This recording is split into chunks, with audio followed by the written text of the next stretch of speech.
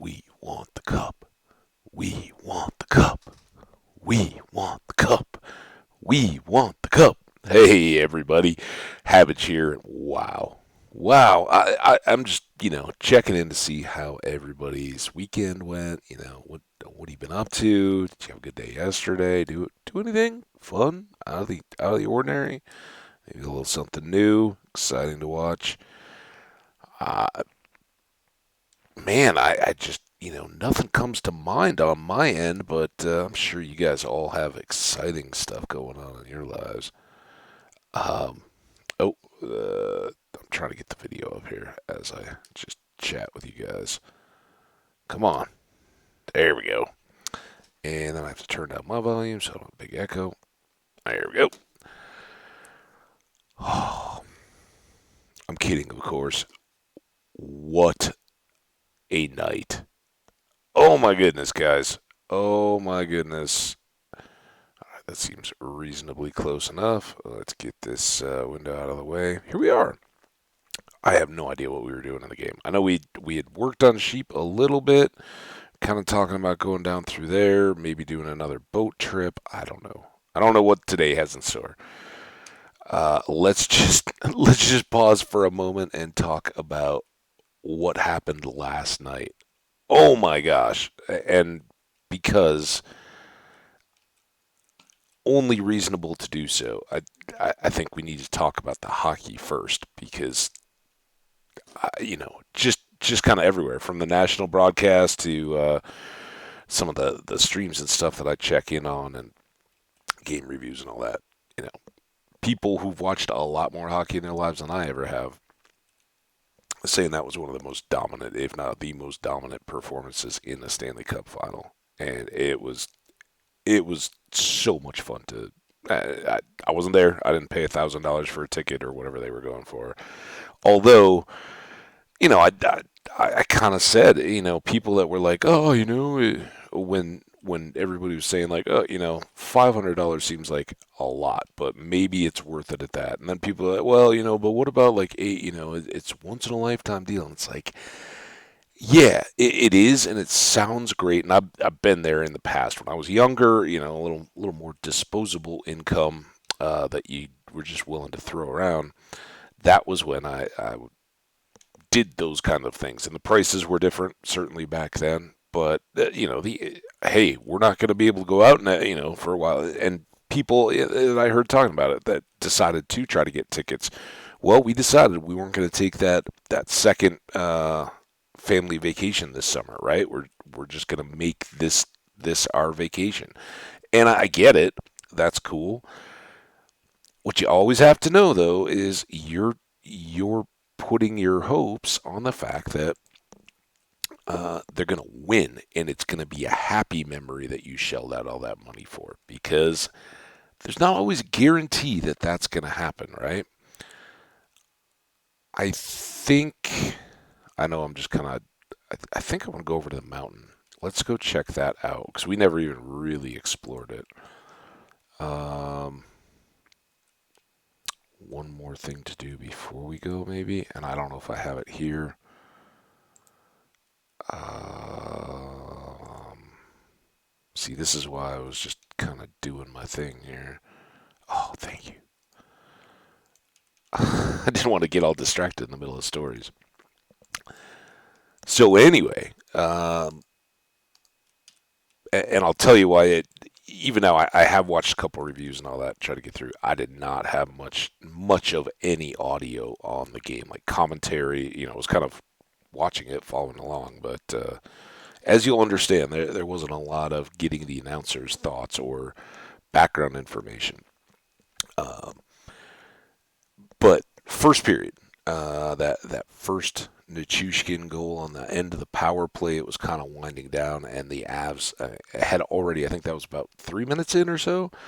By that point, had already just we're here, we mean business, and try to hang out with us if you can. Good luck though. We're not going to stop, kind of stuff, right? And that was really fun and really entertaining, and certainly from a Colorado fan perspective, just great to see. Um, and then of course they get the follow-ups was I think Burkowski had one, and did Helm have the other in the third, or was that into the second? Not sure, but it was great. We saw Cogliano had come back from injury, was playing. He got a helper. Um, Everybody's looking really good, and it's just clicking. And I don't even think in the first period that Burkowski caught that pass. I think that was early in the second, I believe. Could be wrong there though again. Um, but that was really the only big scare. And I did see today. Um, they haven't ruled him out or anything like that. He did not take the team flight down to Tampa today. He was staying for further evaluation, which isn't a good thing. Um, and you don't know anything based on the statements coming out of it. Seeing it happen, it was a cross ice pass, not a blocked shot. So in that sense, he was lucky, right? You don't want to take a slap shot, although you probably would never be in that kind of a position. But he had his hand low to the ice and was kind of extending his stick, and a cross ice pass came in and got him right where his glove was kind of, the cuff of the glove is pretty solid, and as he flexed his wrist, that dropped down and exposed kind of the back of his wrist, and the puck got right in the middle there. And I know from having played, right, the inner arm has basically nothing because it's straps on the what wraps around from the elbow pads and straps there, but otherwise, um, primarily, that's not going to be a very exposed part of your body, and you need, as much padding as you want, like football players or anything else, right? Like, if they don't have to wear it, they don't tend to wear big pads because they limit movement. And um, so just really unlucky. Fortunately, it wasn't a full shot, but I've broken. That's the snowboarder skateboarder broken bone, and it wouldn't have been the same for him if it is a break or anything, because his wasn't pressure coming down on the bone. Like, that's if you fall backwards, and that's why it's snowboarder or skateboarder kind of injury. If you fall backwards and put your wrist straight down to protect your tailbone, right? You don't want to fall on your butt, so instinctively you try to put your arms out. When you do that, they take all the force, and that's how you can break your wrist. It just goes down and right on the corner of the little bone. It gets basically just a pressure crack right there. Now, this wouldn't have been the same deal exactly because he. I don't know where I want to go here. Um, his was just an impact to that, but your wrist bone sticks out right there, right? So pretty exposed, pretty vulnerable, and not no basically right on that bony part of your wrist, especially if you bend your wrist forward and feel it the palm of your hand.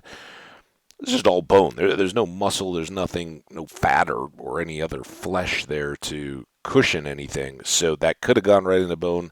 The best, just a agonizing bone bruise kind of thing. It at worst could be a break or something like that if it just caught it perfectly wrong. Excuse me, my voice is a little torn up. This one could end up failing on voice here in a bit. Again, more on that in a second. But yeah, that was the big downer of what was otherwise just an incredible party of a night. Anytime the team just continues to pour on a flood of goals, that's that's pretty fun. And I'd even talked to I was like, I just hope this one ends up well. We'd all seen in the first game that they definitely brought the energy and were playing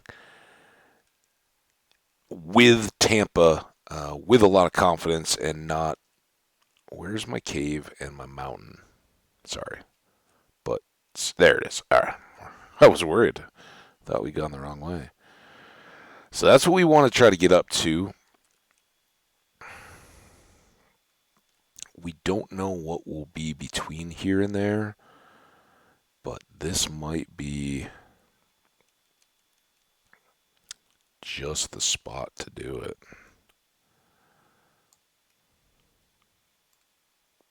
Be slow for these two blocks.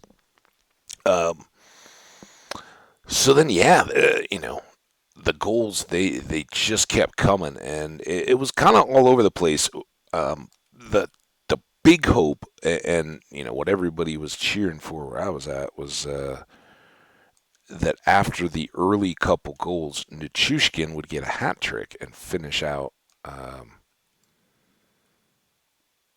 finish out the game with 3 goals instead of just 2. And I fear for my health and well-being had that happen, but sadly it didn't. And fortunately, there was no overtime because it sounded like overtime was wild where I was at.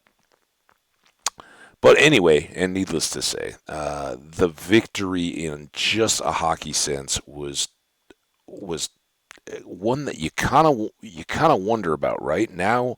What what could possibly come next after that? Because uh, you know, too much too fast kind of deal is what they did going to come back to bite them in the sense that if there's anything to spark Tampa, it's that Colorado kept, and it's what I've been saying. I think Colorado fan probably better understands it than the national fan, or at least those who hadn't been watching the West Side in the playoffs. But anybody who saw the St. Louis game where they had a little bit of a lead and surrendered it um,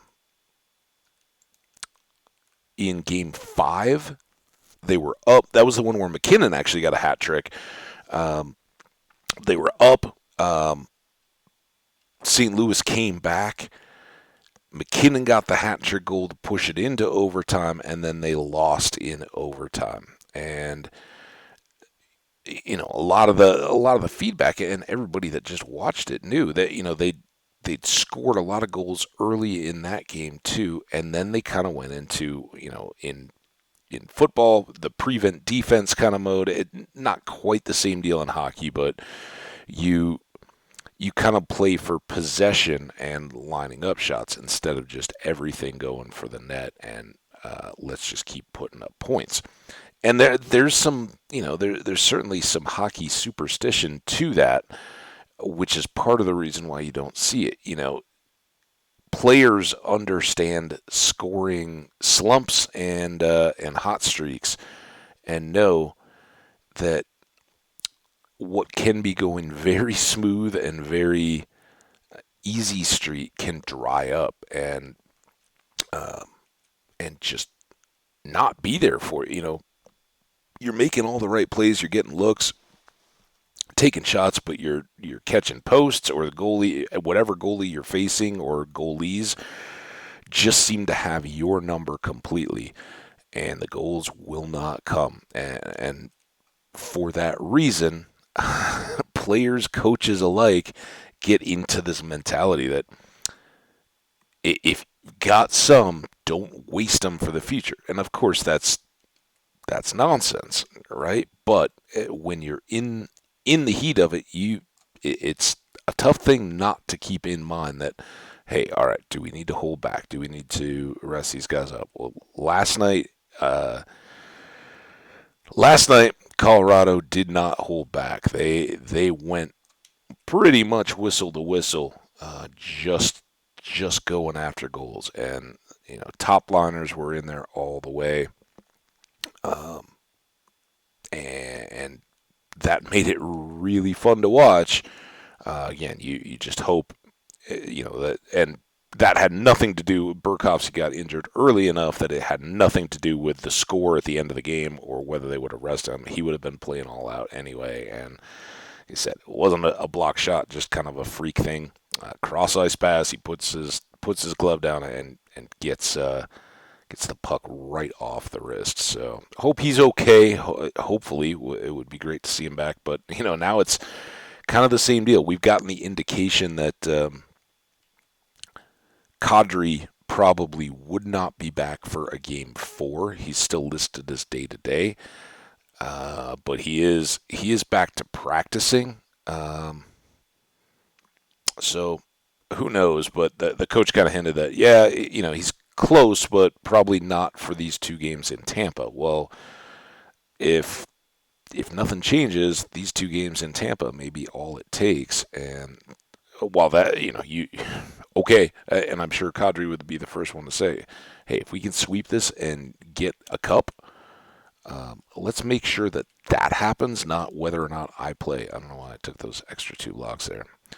So, yeah, I thought the continuous aggressive style was just what they needed to kind of answer the questions that still linger, despite them having made it this far and competing now in the final.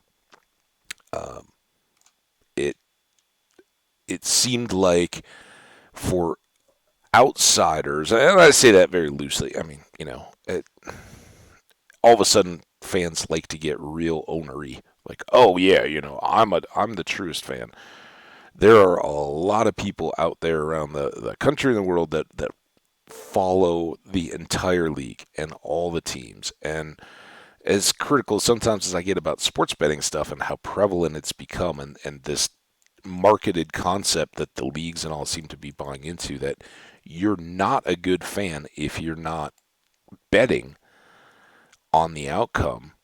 That there's that's the only way to get full enjoyment. Which of course if it's a sponsor advertising deal, you kind of have to help sell that product. I think we're gonna go this many.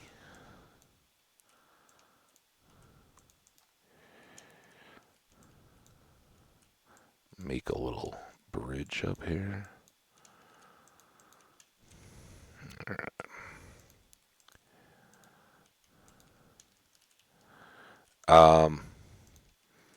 As critical as I am of that, I get it, I understand it, and I think it does.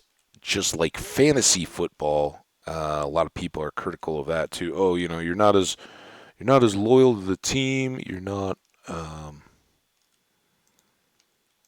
basically not as home market focused when you start having players on other teams that you're following every day, and you want to see those things. But look at the NFL. I mean, everybody, every game, the whole the NFL ticket was the first, as far as I know, it was the first marketed kind of premium product that said, we think you are going to want every single game in every single market, not just a package for an out of town. I live here in Colorado, but I want Boston games because that's where I came from. So sell me a package where I can get all of my team's games remotely, or the local feed of that channel. But the whole NFL Sunday Ticket that DirecTV did and everything else that followed was a sign that, that there's a significant part of the country that wants to see every single little game. And then the red zone channel stuff where, well, maybe we don't need to see every minute of every game, but we want to know everything that's going on in the league. And there have always been those fans. That is not entirely new, but the fans that follow an entire league, even if they don't see every game, but are aware and at least reading the write-ups on the games, who did what, who chasing the standings of the individuals that are in for postseason awards, all that kind of stuff. Really amazing dedication to the sport. And those people, I think, already knew kind of going in. All right, well this is the team that Colorado's going to try to be, and I think that now this is going to be problematic.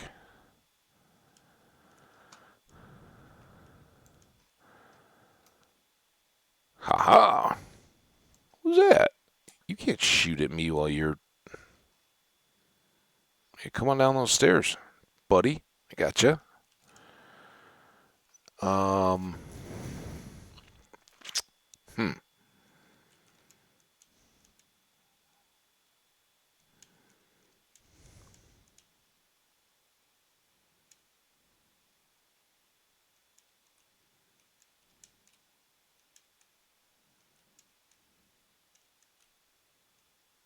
Where we go? I hear you, buddy. Oh no, that isn't what I wanted. Almost got you.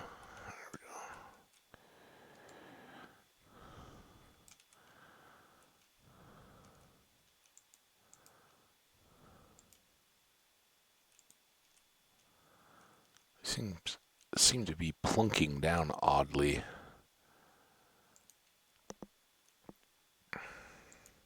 Creeper. I have no idea how many arrows I have at the moment. Oh, you first. And you too.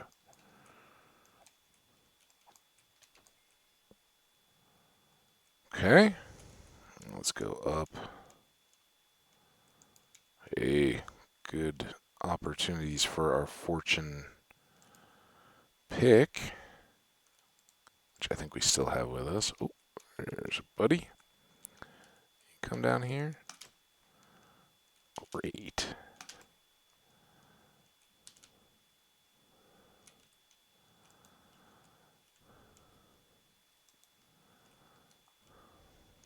It's a lot of hollow.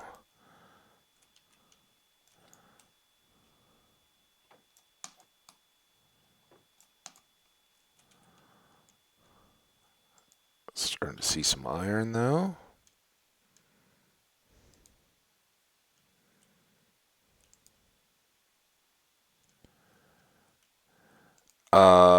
So yeah, hockey. I think last night's game showing that the offense was that how great, really great they can look and be on a given night when they just keep their foot on the gas and don't slow down at all, no matter what. I honestly, I think had there been more time, they would have probably kept scoring. And then, of course, right at the end, you get a little chippiness. That's to be expected after a beatdown like that. So no real surprise there, and fortunately, just nobody got hurt. It looked looked to be pretty run of the mill stuff. So awesome game. Congrats to the Avs. They look amazing. Now I can't wait. I don't know. And of course, Tampa Bay fans. What? How did you even come out of there, jerk? This seems very backwards. Oh crap! What the? No, no, get! Ah, I can't. Everything's backwards. Oh, I am so in trouble. Oh no. Food? Do I have apples? Oh my gosh. How did this get? It's not that backwards. Come on, chicken. Heal me up. I can hear them creeping around.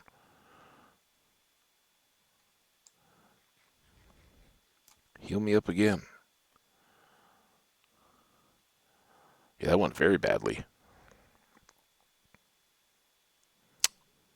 Not at all abs like.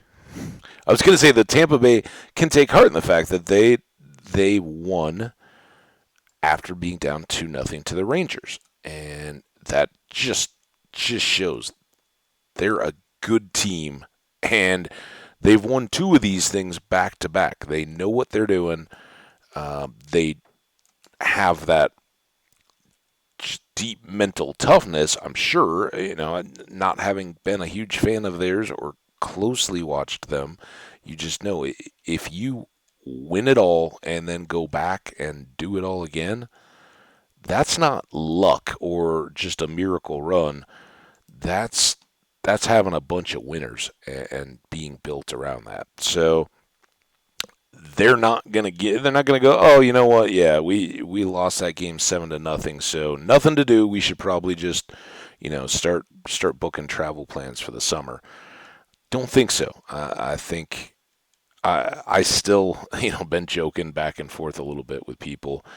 I still don't feel a sweep coming. I don't, as much as the rush of last night makes you go, "Oh yeah, we're unbeatable and so good." Yeah, I've been around the block a few times after before that. Oh, now we got combo. You go over there and hopefully cook. Yep, there we go. All this to build a staircase, by the way. Just remember, that's what we're really doing here. Trying to fill in the holes underneath the staircase. Oh, ow, oh, no.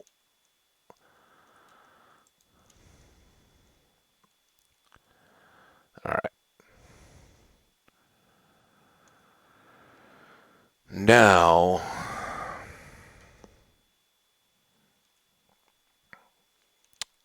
we can do another. Oh man, see, this is why I tried to go extra. It's the last thing I needed.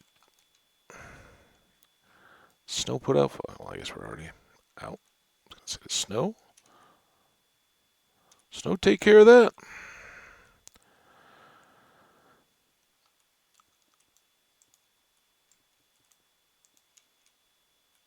Give another solid base here. Um. So yeah, I think just amazing, amazing, amazing. So much fun. Great, great win. Uh, Trying to temper expectations, but with such a dominant performance, that can be a tall order. Just gonna say it. Asking a lot of myself, but trying to keep it reasonable and real. Oh,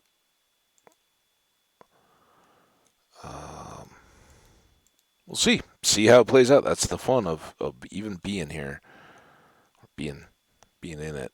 Um, but the reason I've kind of been hedging all this, and much more I want to say, I want to take a moment to say Happy Father's Day to all the dads out there. Happy Father's Day. I haven't talked to my dad yet. I'm gonna call him as soon as we're done here. I talked to him yesterday, and I know he was planning on having my sister and family over.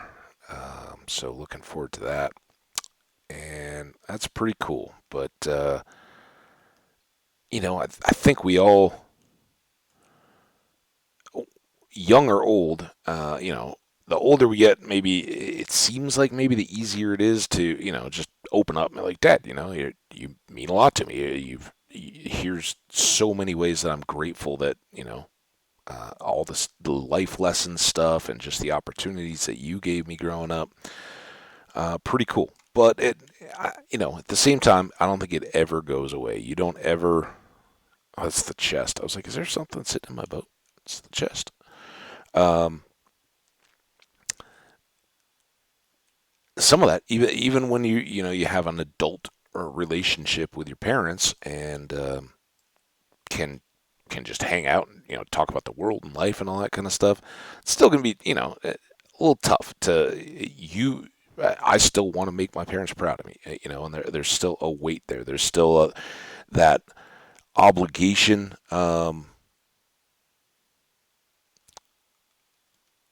From at least from my view as a grown child, that I want to make my parents proud, and I feel like I owe them for all they invested in me, right? Their love and their time and their life and all the costs and stuff associated with me being a kid and me and my sister and all that and all parents do that, that's what um, we all talk about in terms of parenting and being ready to be a parent is um, that you do have to give up so much of yourself. You stop being number one in your own life, right? Your kids bump you out from that, and that's something I'm eternally grateful to my parents for, and I'm sure most of us are. Now I know not every relationship is great, and they go from their ups and downs and things like that. And there's certainly been rough patches for me and my folks too, but um, this is that decent chance to be able to just you go out, you do something fun with your dad if you guys are in the same area. Maybe you um, go see a movie, or I went down there to get the other picks, and here I am. Maybe you play some golf. That's one that my dad and I like to enjoy, or go out do some fishing or something like that. Right? I don't know. Whatever works is cool, but it's a good chance to spend some time. And I really thought I had more stone picks in here. Well, I guess the first thing, let's load up on the irons. And I don't know that there's anything in here I'm not going to be carrying, or that's a full stack or something like that that I can easily store away. So we'll just carry it all for now. And next time we come back out here, if we get up to the top, make it through these caves and all that easily enough, then we'll maybe go back home, reload out, and get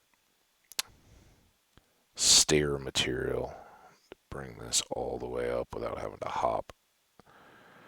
So yeah, Dad, you're awesome. I guess it's been probably about a year since I talked. It comes up periodically, but since I talked about it, but one of the things that um, well, there's endless things. I'm not going to talk about all of them with you guys, but one of the things I think is kind of interesting to people who don't know me or my father in person whatsoever is my dad. When he was a young man, moved to the United States from the UK.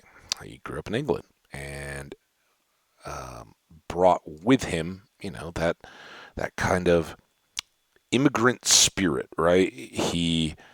And it wasn't, certainly in his case, it wasn't a boat on Ellis Island or anything like that. First of all, neither he nor I are that old, but you know, he he he came over working for a company and decided to stay, but basically took up a long-term assignment from his company as a little bit of an adventure, a little bit of a you know young man, nothing specifically holding him back. So he decided to come to the United States, and then kind of unexpectedly ended up in what had been my home state of Minnesota. Met my mom there, and now here they are, um, a lifetime later, still both going strong and amazing me. But again, that's just one of those easy things I think for maybe not so easy for everybody to understand, but uh, for me to know that I had one parent um,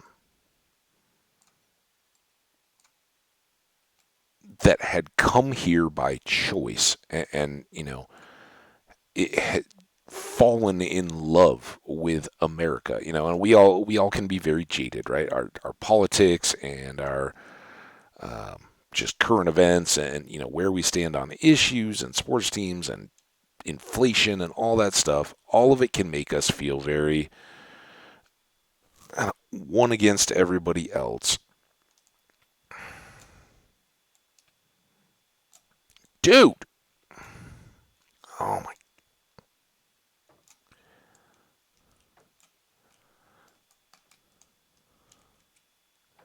suck on that. All right.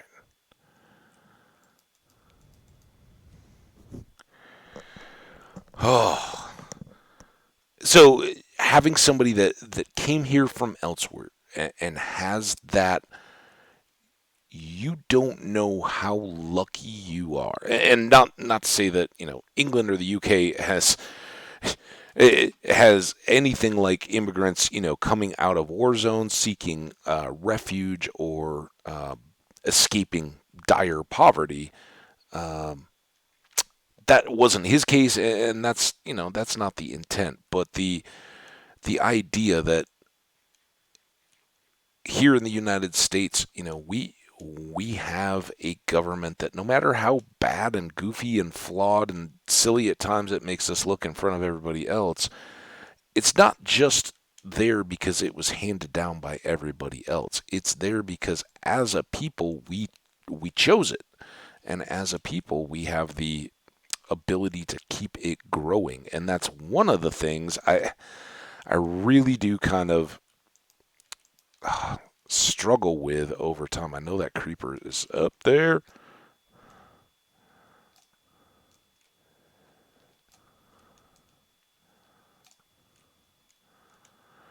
Um, that we probably at this point are a long way from ever being able to realistically amend the Constitution. Um, and that's me, maybe at other times, and crap, go. Um,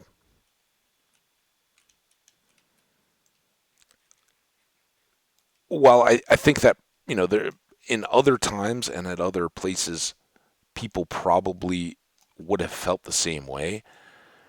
You look at some of the ridiculous things that on a news show or something,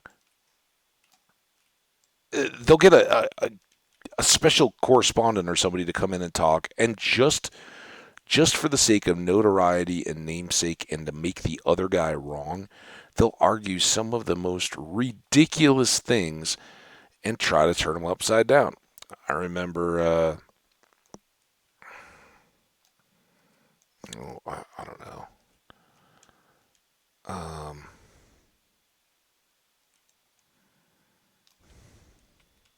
where'd you come from?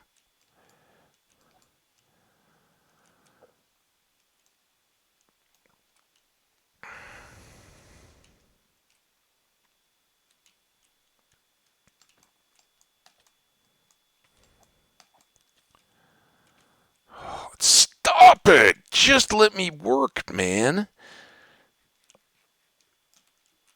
Are you guys done yet? Holy smokes.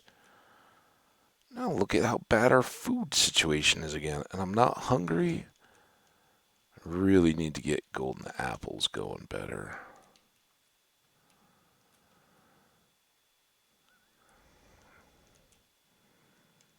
At least we can get to these steaks soon.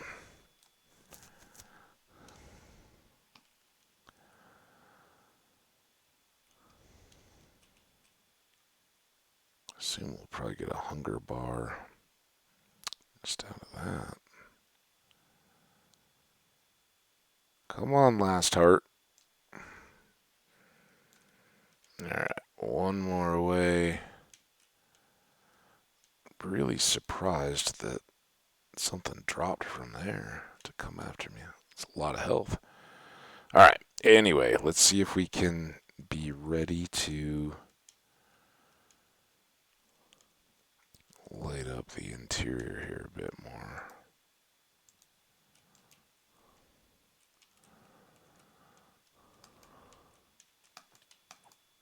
Oh, stop lighting me on my own fire. That's one of the things I'm not as big about. Fire aspect on a sword. You end up eating more food because you're always lighting yourself on fire.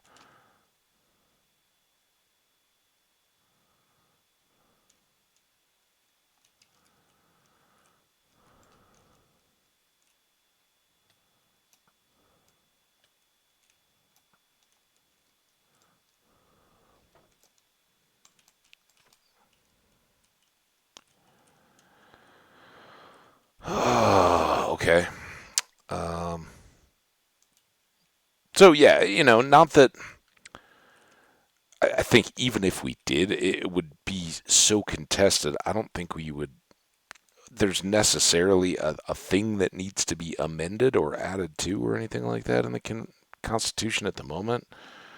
But you look back to some of the voting right bills, right? Those were important legislation that benefited everybody. But nowadays, I think that everything would be lost sight of it in who's more likely to benefit in the next election cycle because of a change like that, right? There would be no forethought about uh, is this good or a necessary change or anything like that. And who knows? I was alive for the last couple, I think, but not as active. Would those have seemed like in the moment type things at the time? I don't know, but I just I wonder if we've still got that sense of shaping our own government, or if by and large that is becoming adopted as just static now, and that is not the intent. We don't live in a static. Come on, so tired of being lit on fire by my own stuff.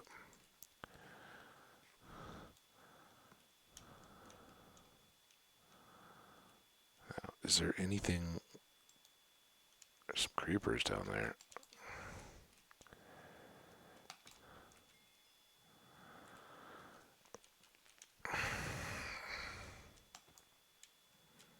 Where do you guys keep coming from?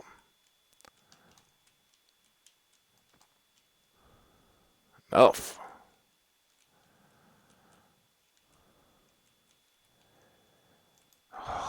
yay, more skeletons.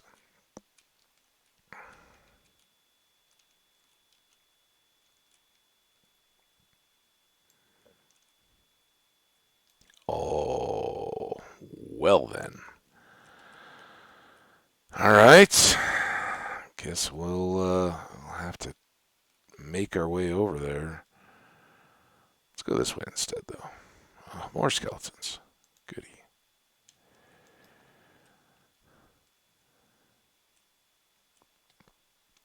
I don't even know where it is to put up my shield.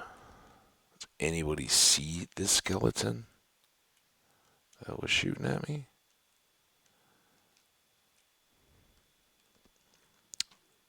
I don't. Um, so yeah, it at least having that background of a dad who came here and you know raised our family um, is an amazing gift in and of itself. And then there's the work ethic and the character and the discipline and oh man, not um, not just going for the instant gratification stuff, but knowing that there's always a longer uh, a reward for having patience and letting your hard work pay off if you're willing to put in that work, right? So those are those are things I'm really, really grateful for. And of course, just a good time to shout out and say, Dad, love you, man. That in and of itself can be really tough. And it's okay to know. We're different, and we've certainly got tastes and preferences and all that kind of stuff, but doesn't change. Oh man, enough.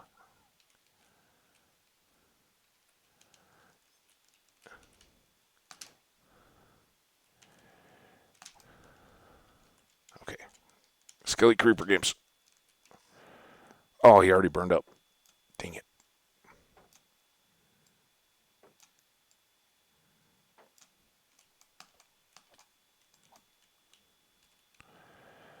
I know you're coming, zombie. I know.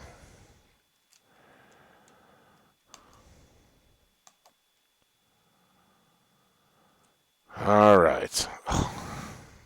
Great. You got a chance to send off an invite to more of your friends.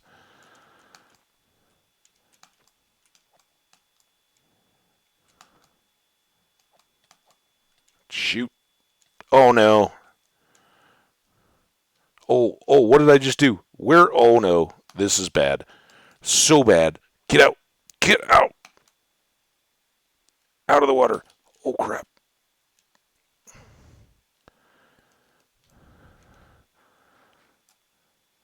So, shout out to your dads. Let them know you love and appreciate them and are happy that they took the time to take care of you all those times when you couldn't.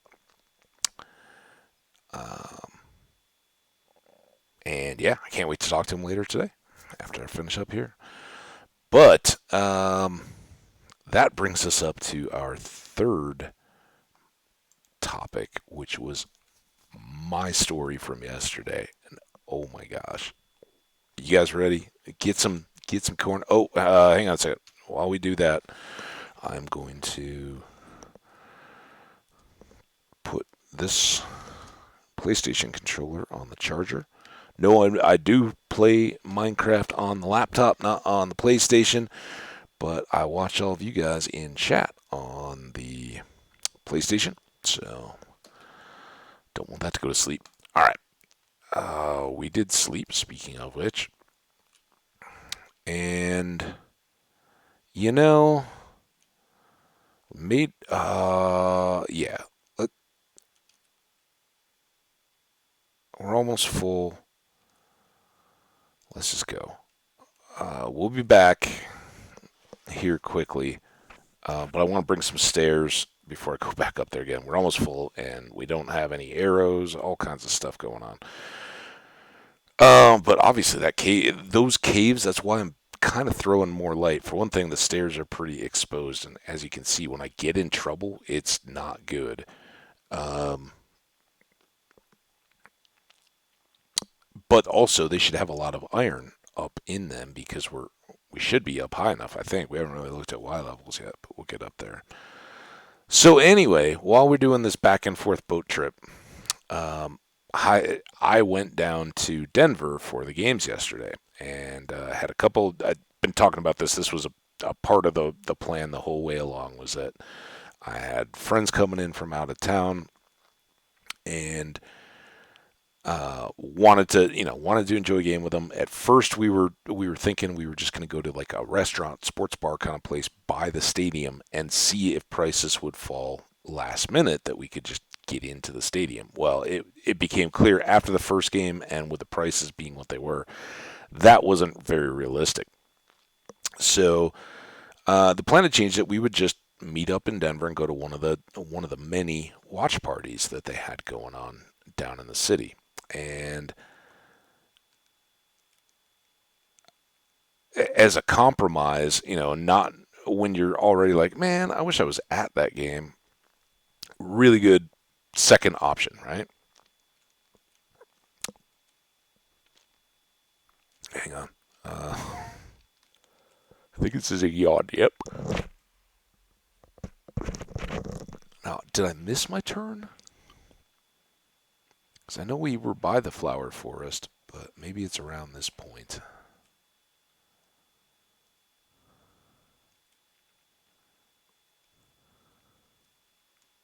Let's go this way, right along the hill. Um, so, you know, typical June day here in Colorado is going to be into the 90s, hot but not too terrible, and um, just a nice kind of outside day. Little chance of rain and sprinkles and all that kind of stuff coming off the mountains, but n- seemed like a good one. So yeah, let's go to a watch party. Let's go outside and just be ready for anything. And the friends, just a couple guys, one from Hawaii whose wife couldn't make the trip back out here, and one up in the foothills who his wife was going to like a graduation party or something. So it was just the guys going to hang out, and that was probably a good thing. I'm thinking. Um, so I got down there because they were coming from like the far side of town. No ride coordination factor on this one at all. It was just, hey, let's get down there. And I wasn't going to be driving, obviously, so I was just decided, I'll go down kind of mid-afternoon time and walk around in the city. And I wanted to go to the stadium to see if I could get some kind of new shirt or something like that. To wear. So I'm wearing like the T-shirt that I wore the night before because it's my only Colorado Avalanche T-shirt.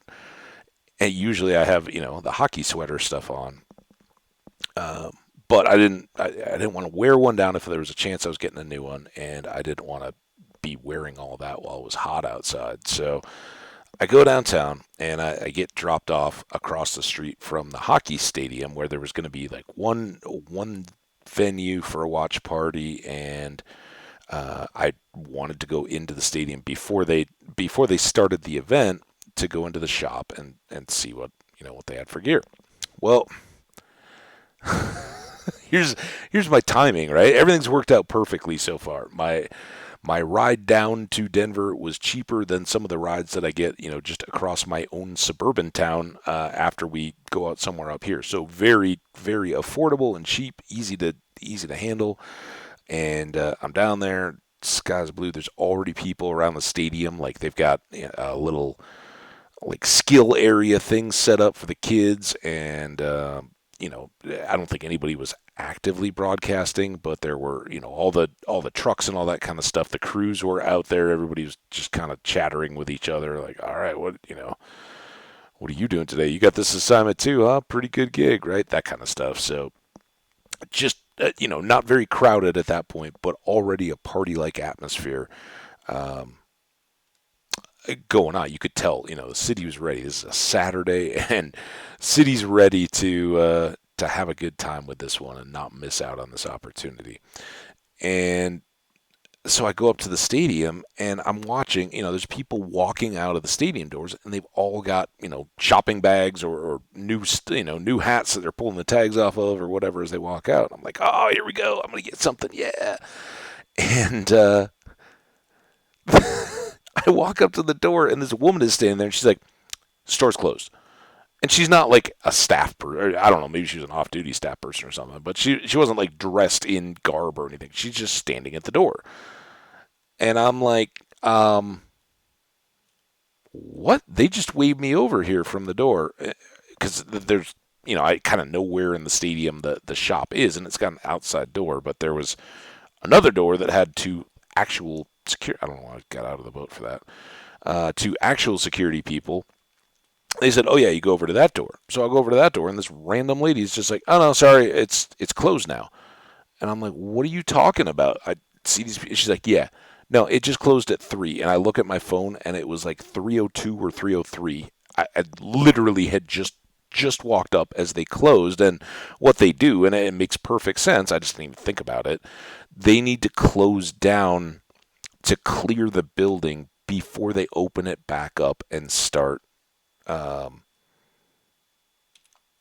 allowing ticketed people to come into the the show concert or sporting contest or whatever, all venues have to do something like that just to keep things, clear and safe and secure and all that kind of stuff. So yeah, they were bleeding out the last of the shoppers in the store, and then would reopen for all the people going to the game an hour later. And I was like, oh man, that's not a good sign.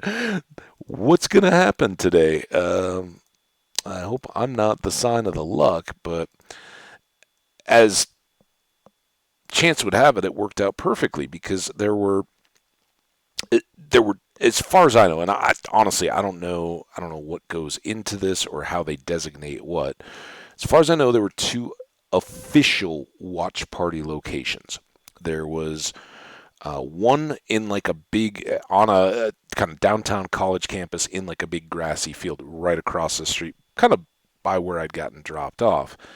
And then they had another one that's right up by the baseball stadium and is um, between like a new hotel and a new apartment condos or something like that, and has like a cool little bar that I've been into before on one side of it, and then like a food court area, and right in the middle is this big circular square. And in full intent, I think, for things just like this, on one side it has a big curved, it's like a stadium scoreboard, right? And has the big, 4 times life size or whatever screen up above your head. And then on the opposite side of this internal little courtyard, there's a banked grassy hill where people can sit, and is designed kind of at that banked angle, like an outdoor amphitheater kind of thing that's just in a park. Maybe not one with benches or anything like that. This was just grass, and then there were picnic tables and things around this courtyard. And I knew that that was one of the places, and the other one was this grassy field. And I thought, well, grassy field might be closer, and initially that had kind of been my thought. Um, but then I checked the website, and they're like, yeah, pregame concert featuring Grizz playing, and it's a little. I'm not trying to be that cool, right? I'll I'll let the Grizz fans enjoy the Grizz show. Now, did I use all the stairs? I don't think I did. Did I? Did I put them over here? That's what I'm looking for right now. Cobble stairs. There we go. All right. We've got those. We'll keep 2 stacks. Man, I know where everything is, guys. It's perfect in my own mind. Um,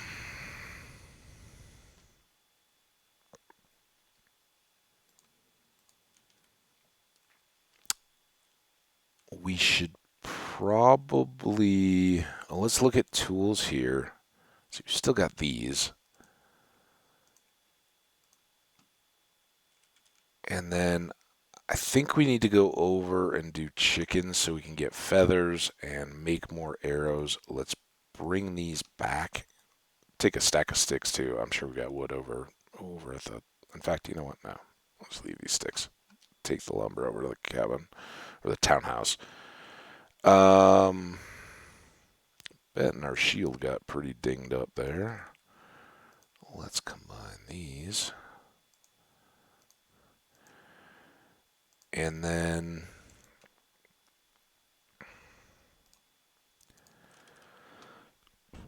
I know we can't make very many of these.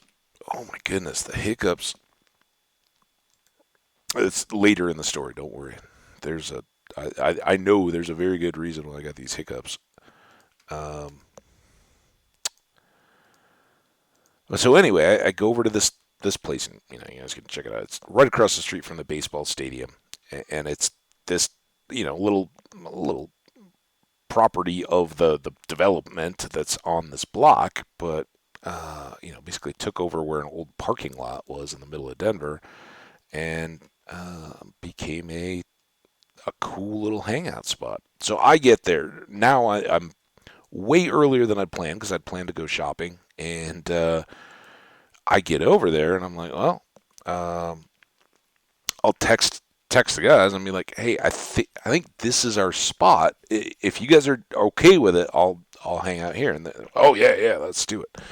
So I am standing in this thing, and like all the tables are already full. People are all camped out, and the hill is sort of full. People have blankets and stuff, and are sitting on it. And I didn't even really think I was going to this place. Didn't come prepared to camp much at all. Although I did bring the emergency poncho, which came in handy when it rained for like 5 minutes. So those of you guys who heard me say, always carry the pocket poncho. You can make a friend at nothing else. If it really starts to downpour and somebody's getting soaked, here, have a free poncho.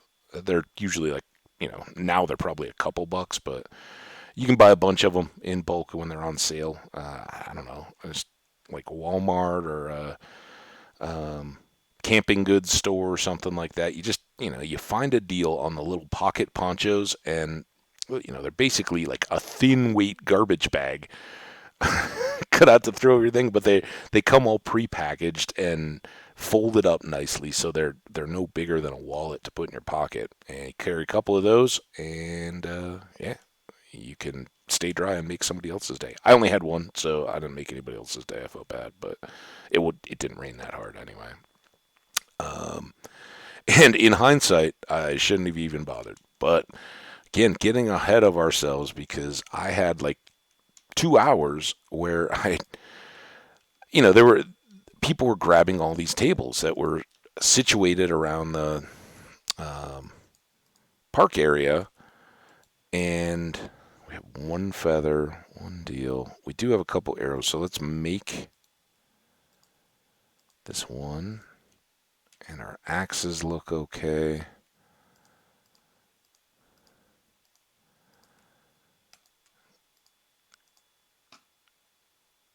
All right, now chickens I don't want to get into the whole emeralds deal again at the moment. You're fine. Yeah, let's just go get chickens.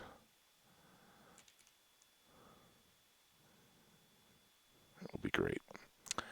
So yeah, I like go over and I'm like, well, all these little table chairs were just like metal chairs, but they were not anchored down or anything. They're just movable chairs, and they had these couple of like artificial looking stumps, one of which had the big outdoor Jenga, the big wooden block things. So they had a setup for that.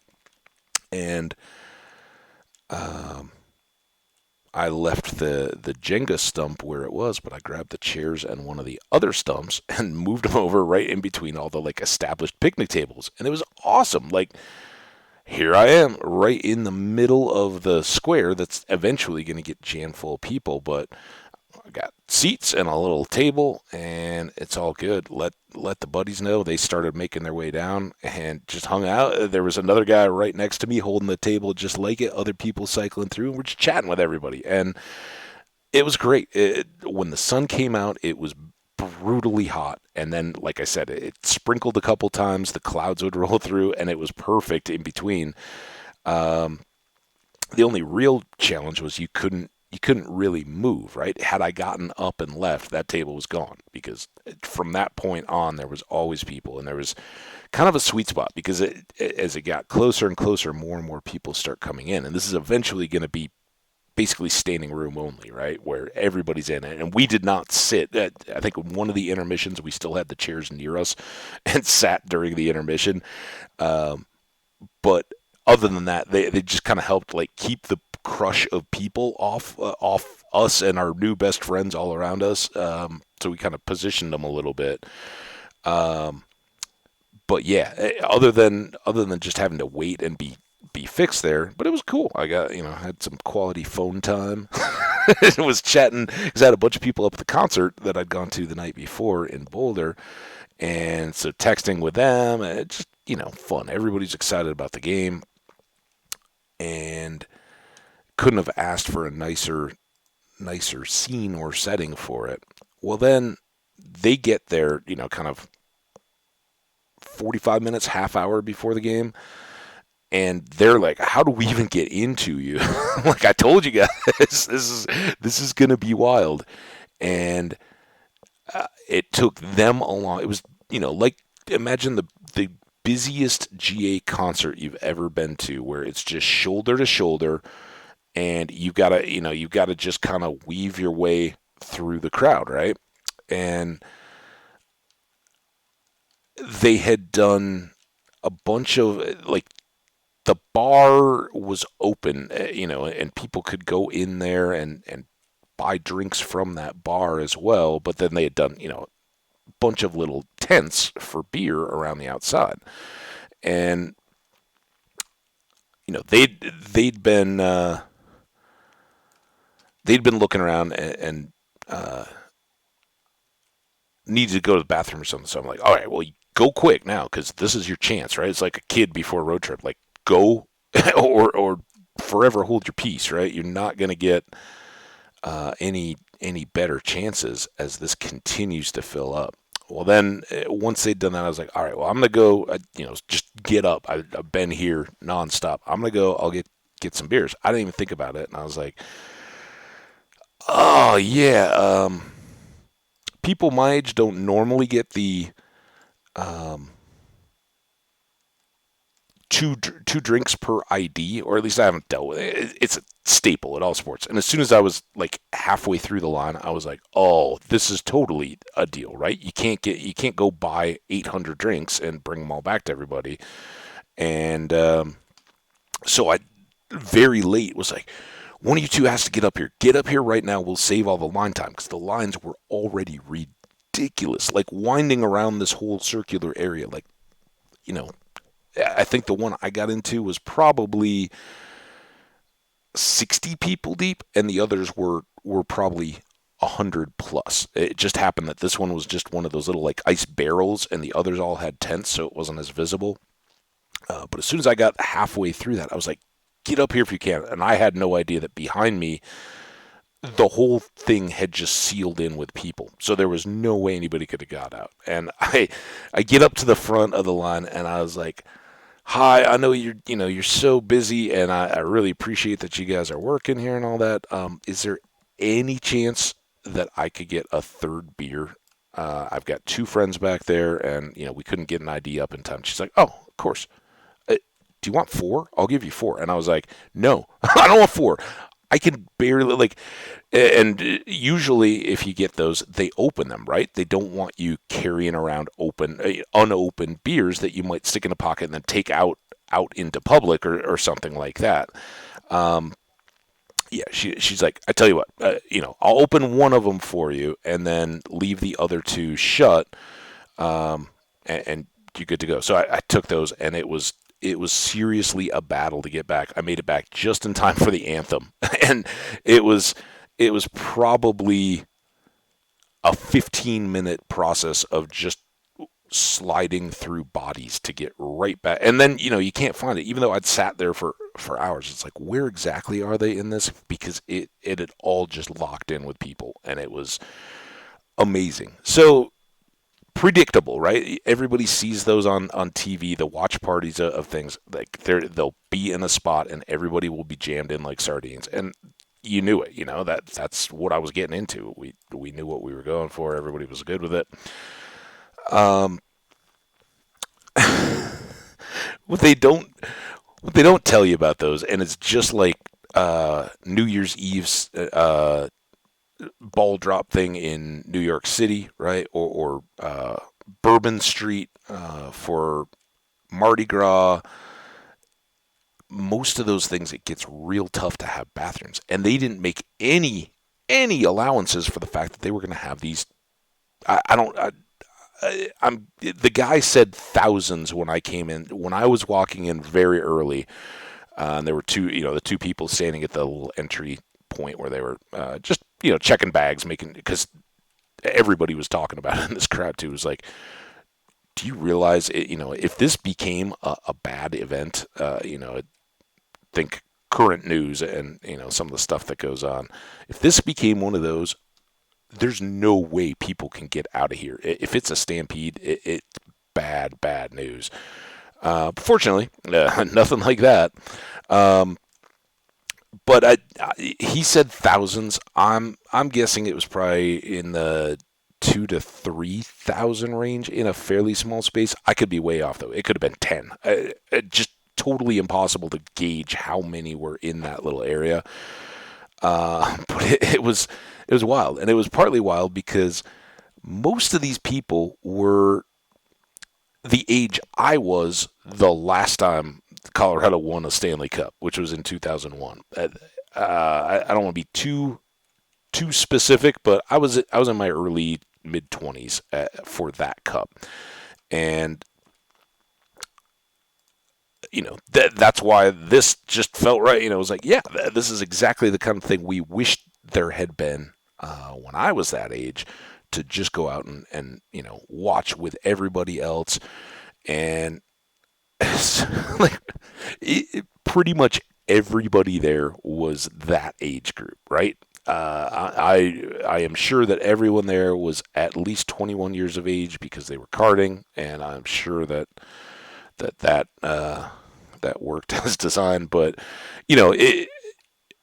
25 was on the high end, and here me and my buddies are. We're just just in the middle of it. And at first, people were a little standoffish. They were like, "Oh, what are these guys doing in the middle of this crowd?" But then, when they realized as soon as the puck dropped, all that was gone. Everybody's just glued on the screen. There were a few people that probably got dragged along and didn't really want to be there, but by and large, everybody's locked on. Everybody's just chanting out people's name, like who they want. The "We Want the Cup" chants were going throughout the night. Um, and it was amazing. But it was also really, not really, really, but it was dangerous. It was unsafe in a in a way that I was like, yeah, all right, this is good. As soon as we knew, but we found out the hard way, or indirectly.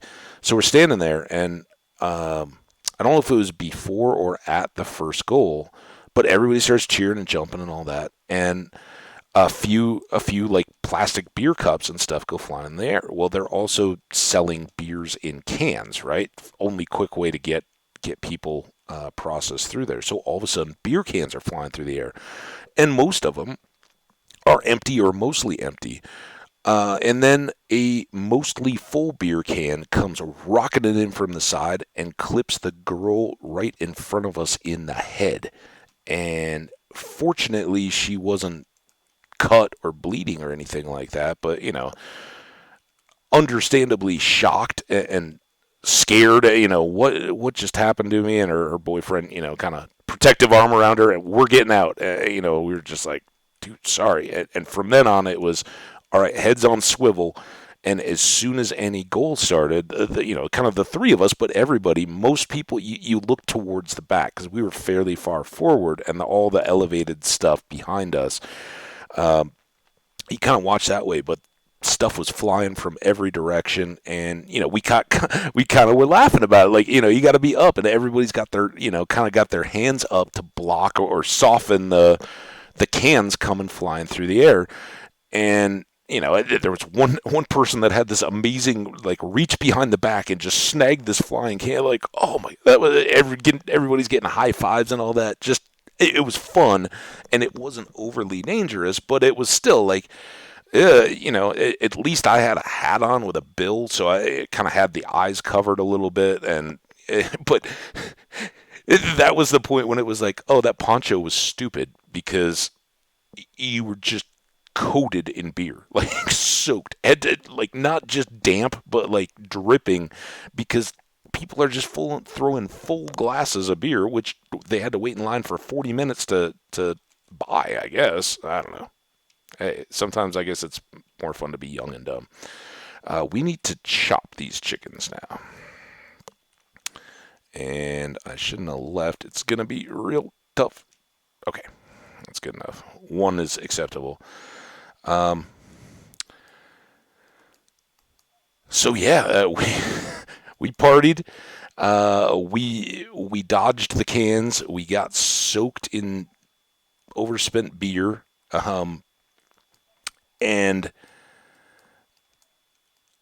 just basically had a crazy good time of it. And the fact that we were kind of like, oh, this is incredible. I don't want to be anywhere else, and I don't think I ever want to come back here, right? Like, it's so much fun to do those kind of things once or twice in your life, but just the pain, you couldn't get out. If you left, you were gone, and there weren't enough bathrooms there. Fortunately, I'd been sitting out, and it was hot, so I think I just sweated enough the whole time. I was fine, but as soon as it ended and we were walking out, the hotel had a lobby bathroom, and we were headed out, and I was like, nope, left turn, and we got in there with no line or anything like that. And then it was like, all right, now we're good to go. What do we want to do in town now?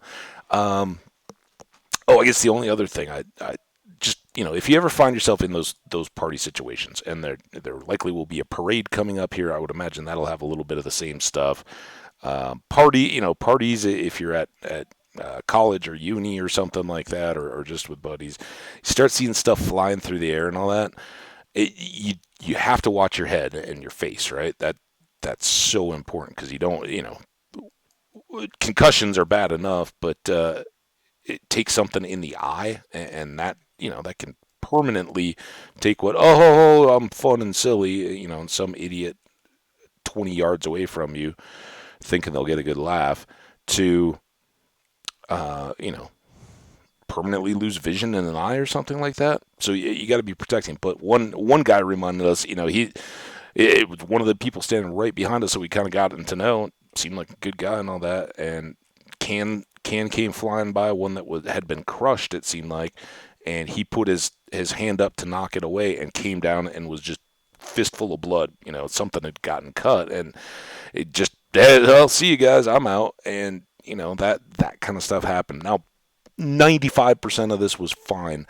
It just so happened that all that was going on, and it added to the kind of just unreal craziness that was going on, and the fact that while all this is happening, and the reason why people are going so wild is they scored 7 goals in a shutout win, and to be in that environment for that kind of a scene was just amazing. And I know everybody there. I hope everybody there came away with good memories. Unfortunately, I think a couple of them. The dude with a cut hand probably, as long as it wasn't too bad, probably laughs it off. He's a guy, whatever. The girl that was clearly there on a date or whatever, and got hit right at the beginning. I really feel bad for her. And if you're at one of those things, I get it, right? We were all waiting for the hat trick, right? Hats were going to be everywhere if Nichushkin or anybody else had gotten a hat trick in that one. They didn't, and it, ended up being okay. But um, that kind of stuff is going to happen. The plastic cups and all that are going to go. But if you're there, and you're hanging out, and your buddy decides, "Hey, look at me! I got a full can of beer. I'm going to throw it 30 feet in the air and watch it just come down on people." Uh, tell them it's time to chill out. That's just stupid. It's not funny or fun or cool. It just you know you're just basically you're being no better than those catastrophic things we're talking about. You're just giving yourself the chance to blindly hurt somebody, only because you're a drunk idiot, and that kind of stuff. It tarnishes it a little bit, but it also added to the insanity. Here we are in the middle of this, and I've been after the last Super Bowl, the place we'd been in, I walked out in the middle of the street, and it erupted into just a crazy, full-on like riot where people were lighting stuff on fire. And again, in that environment, I didn't feel threatened. 95% of the people are just cheering and celebrating. In that case, it was a Broncos Super Bowl win. In this case, it's an amazing Avs game going on all around us. Um, but there's always going to be a couple people in the middle of that are like, oh, I can get away with anything I want right now, and I'm fueled with a bit of alcohol, so I want to see just how far I can push things, and whether anybody will say anything. And I don't know. I mean, I was young once too. I did some stupid stuff. I don't think I ever did anything intentionally risky enough to cause injury or damage or anything like that. So um, that's the moral of the day, I guess. No matter how much fun you're having, don't forget that you can have an impact on people, and they don't need your full beer can, which again you presumably waited in line for um, to buy at ridiculous prices too, and then throw away. Now, a lot of those people maybe had been worried that they had to go to the bathroom, and I'm refusing to think that some of those might not have been beer, but honestly, there was no indication of that. You could tell the difference smell wise, and it was very beery. It was funny after each goal, kind of later as it was starting to cool off. We're standing there, and everybody's like, "It smells like rain, right?" Because there had been so much liquid that immediately came down and hit the hot cobble pavement stone paver stone things under everybody's feet. It was like when that first rain hits, you get that cool evaporating smell, and it was just this, like, each time it would go through and be like, oh yeah, there it is again, it smells like rain. And yeah, so I think I'm pretty sure everything was clean that was flying around, but it was, oh, it was so worth it and so much fun. But then, of course, we got out, and we probably could have walked away and gotten in the car and fought through traffic immediately. But I was going to be Ubering and didn't want to pay a surge to get out of the city. And my buddy who had driven the two of them down was like, I had a couple beers. I'm willing to wait and get some food or something. And all of our clothes were soaked in beer. If you did have like an accident, police officer going to be like, "What's going on here?" So we were in no hurry to hit the road, and we basically walked out close to the garage where they'd parked.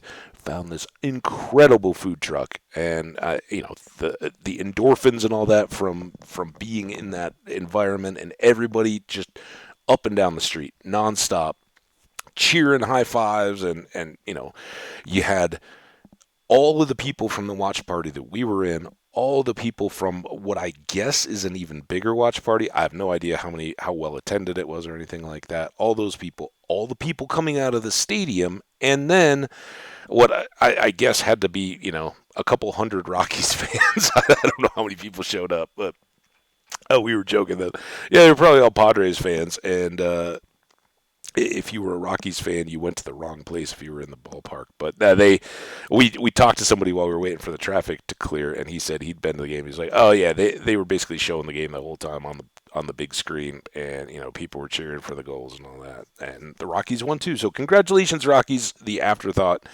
Um, it was good that you added a few extra people in to celebrate, but we found um, this great, first food truck we saw, and no idea what it was. We were kind of trying to think of a restaurant or something we could go in and sit down, but we didn't. I didn't want to drink. They didn't want to drink, and it was just going to be slow and loud and crazy. And we're like, oh, this looks good. Let's give this a try. Fatty Boom or Fatty Booms. It was either Fatty Boom or Fatty Booms. Um, Fantastic. If you're in Colorado, they're um, just a family-owned little food truck, and it was incredible. It was so slow, but it was perfect that it was, because we waited another hour once we got our food in a bit. We go up because my buddy's got a truck, and we were like, no way we can just eat this standing. We're gonna go up and open your tailgate and use it as like a table to eat this food off of. But that then we just stood there and hung out at his truck while the slow parade of cars emptied out of the parking garage, and you knew the traffic getting out of the city, everything was just gridlocked getting out. So it was a beautiful night, much more fun. These Rockies guys were doing the same thing, basically. Like, why do we want to sit in bumper to bumper traffic while we can just stand here? And so we had music playing, ate this amazing food. All right, back to the food. Fatty Booms. If you're in Colorado, check them out. I assume they're online somewhere. It's a red truck trailer pulled by a pickup, and they did chicken and tacos, kind of they advertised it like a West Coast California style, and it was just just amazing, amazing uh, chicken. I got a chicken sandwich.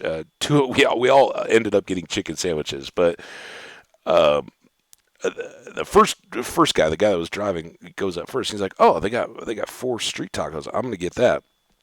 So he gets those, and then my buddy sees the sandwich that I was already looking at. He's like, "I'm getting that." And I was like, "Oh, I'll make it easy," because they got this like 7-year-old kid um, taking the orders, and like his older sisters are there with him, and they're all like too young to really get what's going on all around. But and they've probably been out on the weekends in Denver working, helping their mom or moms, whatever. I don't know who all was doing what, but it was a family. Um, but they're out there helping out, doing the best they can, and so my buddy orders his sandwich. I'm like, oh, that's the one I was looking at. I want that too. And then our other buddy's like, oh, I didn't even see that. I want that instead. Can I change it? And this poor little kid, like he had first taken the order and they'd already relayed back that we were getting tacos. And he's like 7 or 8, some like very young, and they're like helping him write. And he's like, instead of just putting down a number or whatever, he's like writing everything out. And we're like, all right, encouraging him, telling him what a great job he's doing and all that. And then my buddy's like, yeah, I can't change. Give me a sandwich. We'll get the tacos as an appetizer. And it was great because it was slow food. It wasn't. This wasn't like quick, ready-made food. They were doing it while we were there, and there was another group of Avs fans waiting on their food, and they're playing music the whole time, and it's all like Biggie, Tupac, Michael Jackson, all this like music from our childhood, and the kid is dancing. The driving buddy is like dancing the most out of anybody, and he's like, oh yeah, if I gotta drive, I'm gonna burn off these food calories before we even get started. The other people are dancing. Everybody that walks by like catches the music, and it just had this street party while we waited for like half an hour for our food. And we have these tacos, and they're amazing. Like the chicken inside the tacos was fried, but it was fried right there instantly. Like, it's so good and tender and just amazing. And then we get these sandwiches, and it's like not only had they put in like these baskets of crinkle cut fries, which I didn't even get to. I was just like, if you want to take them home with you, man, go for it. I'm not bringing them home. I don't need them. Then it was the sandwich with chicken and pastrami, but they'd put like more French fries inside, along with like lettuce, tomato, and all this, and their awesome sauce. And it was a little bit more of like um, a vinegary sauce, but amazing. And we both. The guy that had the truck was slower than us starting unwrapping and all this. And by the time he was even getting his opened, the two of us are like, once you start, you can't put it down because of the mess, and you're like, you still got it wrapped in the last third of the paper, right? Trying to eat around, and um, so then we were just happily full, and such an unexpectedly good food, because if we'd gone to any of the restaurants we were talking about, it wouldn't have been half as good as what we just ate there. So we had that as a highlight, and I had my buddies take me out of the downtown area of the city, basically straight south from my house on their way back out west, and dropped me off. I got an Uber, got home at midnight. I didn't sleep until like 3 though, and wasn't I was like I said, I think I had 3 beers the whole night. I just was so fired up. I read for like an hour. I got in bed, read for an hour, and was still like, no, no, I'm too excited, and wound up. And so I got up and did a little Skyrim for a while until I really got tired, and then went to bed. But what an amazing night! My recommendation to any of you guys, if your local team, school, whatever has those things, just be open to the possibility. And it was just one of those things where we were kind of all saying like, oh, we were so glad nobody really had a set plan. We just ended up there, and it's one of those moments. I know I'm not gonna forget. I'm not gonna forget I was there with those two guys, and that one of them I rarely see because he lives in Hawaii. and the other I rarely see because it just lives up in the foothills. But not right there. We still see each other many times a year, but it's not day to day, week to week. We don't do everything together. It's got to be kind of an event, and this was so memorable, having that little group and be in that wild, crazy scene for a game that stand alone just like that, but worked out perfectly. Give yourself those opportunities, and remember that you do that all the time. They no longer become special, right? Then it's something altogether different, and they're just a blur, and you're getting into that scene, and of course when you're in your 20s, you don't care. You're going to live forever, and everything. There's nothing to compare it to, so it doesn't need to stand out. It's like, oh, this is the first one. This is the best ever. I was in that mode too, but now, yeah, those specific games from 25 years ago or 23, is that what it is? Whatever. Those begin to blend. But the ones where, a game one of which series, I don't know. We did some stuff, but, mainly we were at the local hangout watching the games together. And it's tougher to put those together. I have a feeling I will always remember that 7-0 game was at this wild watch party. And like I said, I don't think I'll probably, maybe in a future years or something, if they have another series or other people want to go, maybe. But I don't think I don't know that they want to make it more ease of use. I think they know what they're doing. They're selling enough beer early to make their money and make it a big event for them, but they're not putting in the porta potties or anything like that because they know people will leave when there's no good facilities, and you gotta go. So they're gonna get up and vacate, and it kind of becomes self policing, right? That the people that need to get out of there get out of there. I just wish it was some of the can tossers too. All right, I guess we can take the rest of this back over. How am I still inside? Back over to the main house and make our arrows there. We've got some stairs.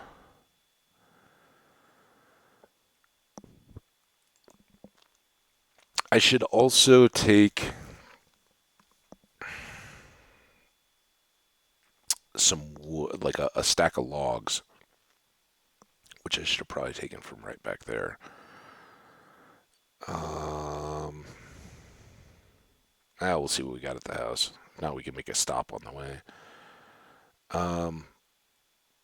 Because we'll need chests. I want a crafting table in case we need to make more stairs to get all the way up. That kind of stuff. Right?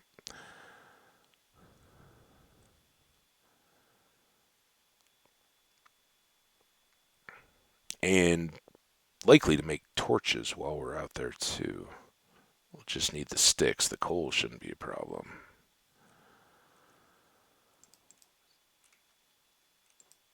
All right. Check in here. Oh, we brought the books in case we run into villagers that have really good trades out and about. Let's leave this in for a bit. Um, I don't know. I mean, we're gonna use these as soon as we get over there, right? Let's put our shield in our shield spot. Come over here. Take some birch. I think I'm gonna be doing a lot of building with it. Let's take this, this, this, this. Back up to arrowed.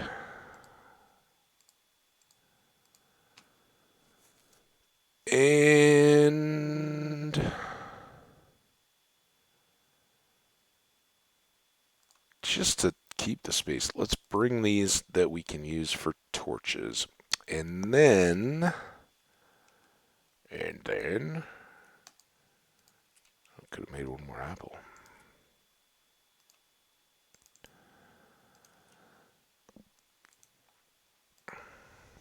Sorry. Game was pretty much secondary while story time was going on. Thanks for hanging out for story time, though, guys. I just had to share how much fun that night was and encourage you all, go out, make those memories. Don't, and in case it's not abundantly obvious in everything I talk about, don't go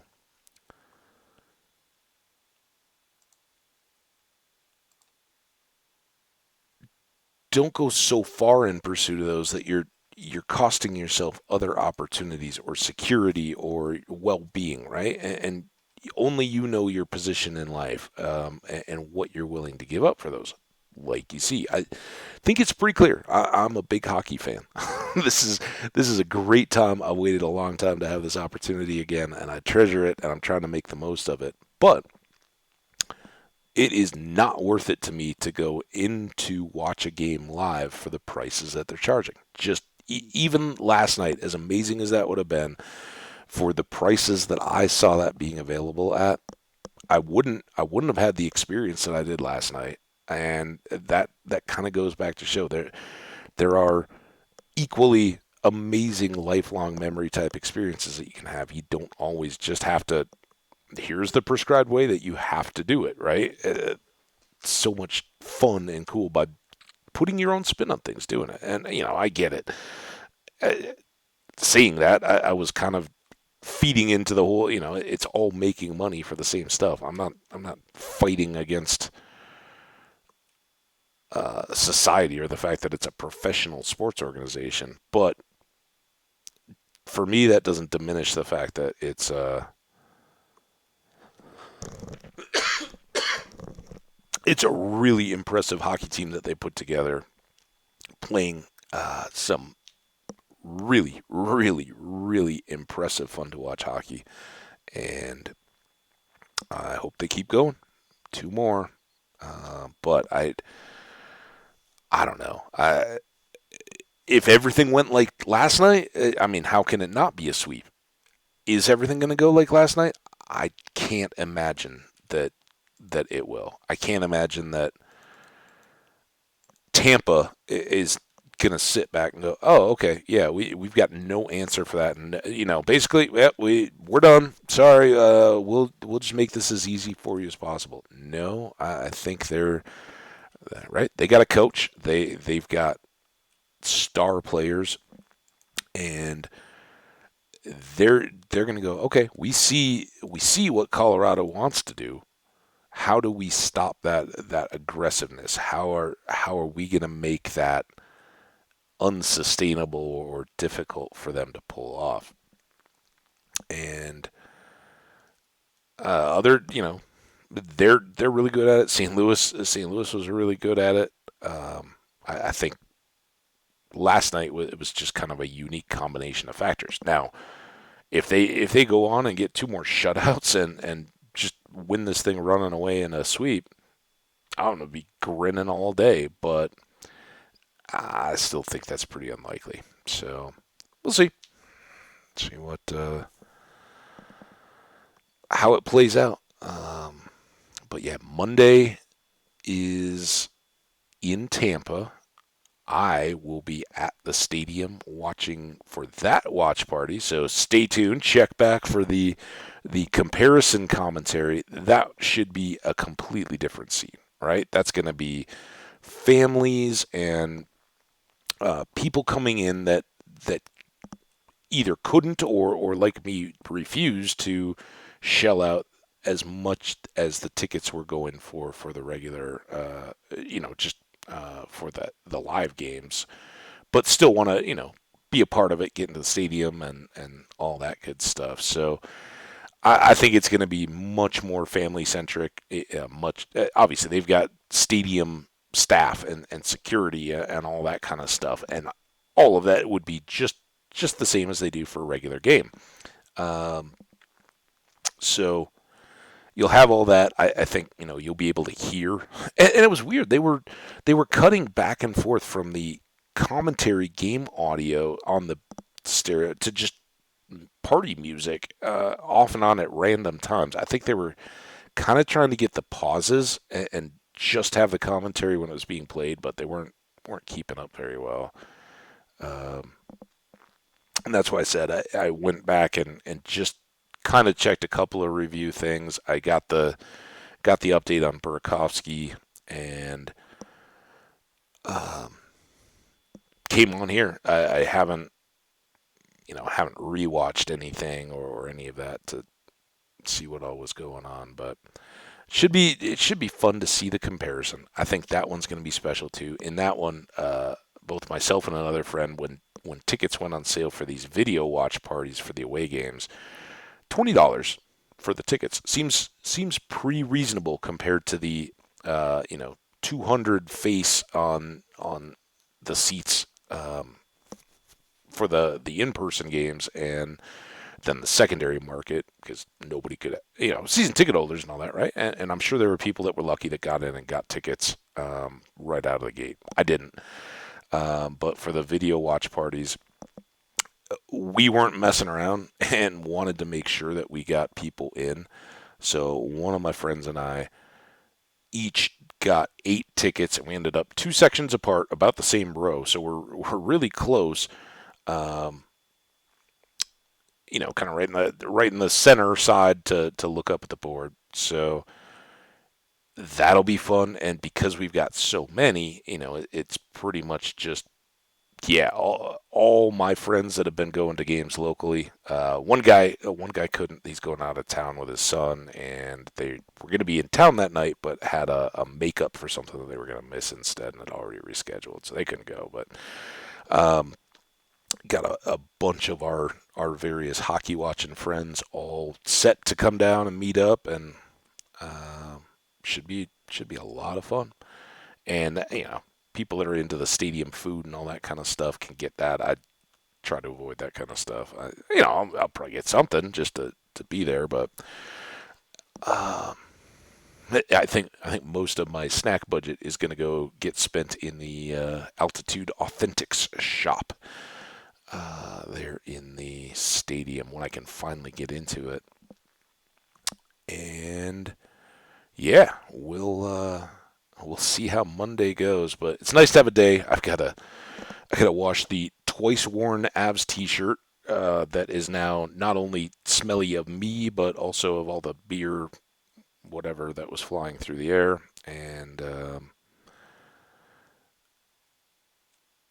presumably I'll bring that down so that if I can get a new sweater, I won't have to carry another one around. Right? Can't really overlap sweaters, and I'm certainly not going to get rid of ones that I do have.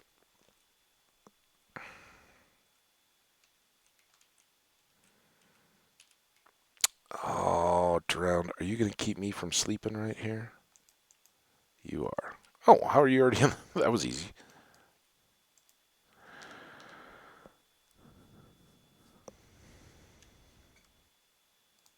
All right.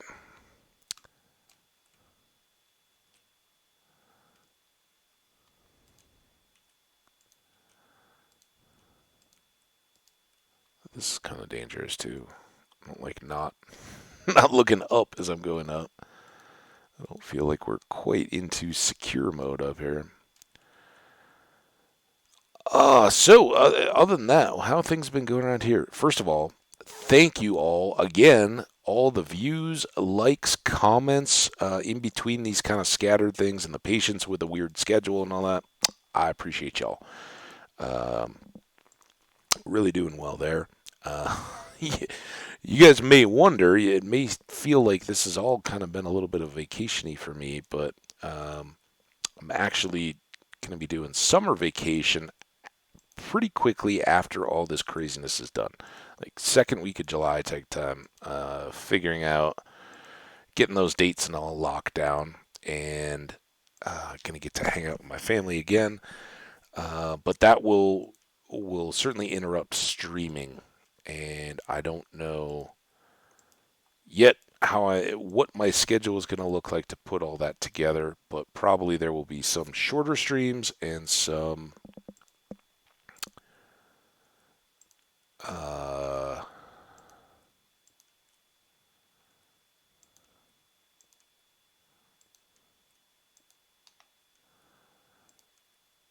skip days. I don't think I'm gonna be able to get away from it. I've got my folks are actually coming out here, which is gonna be awesome because they haven't been here in a few years since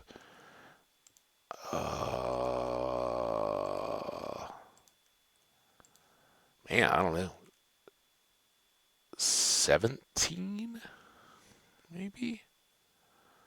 It's been a little bit. Pandemic slowed that down a little bit, and that's understandable, right? Everybody has to stay safe and keep safe, but we will finally get to. Well, I'll finally get to take them around and see some of the places we haven't seen in a while, and um,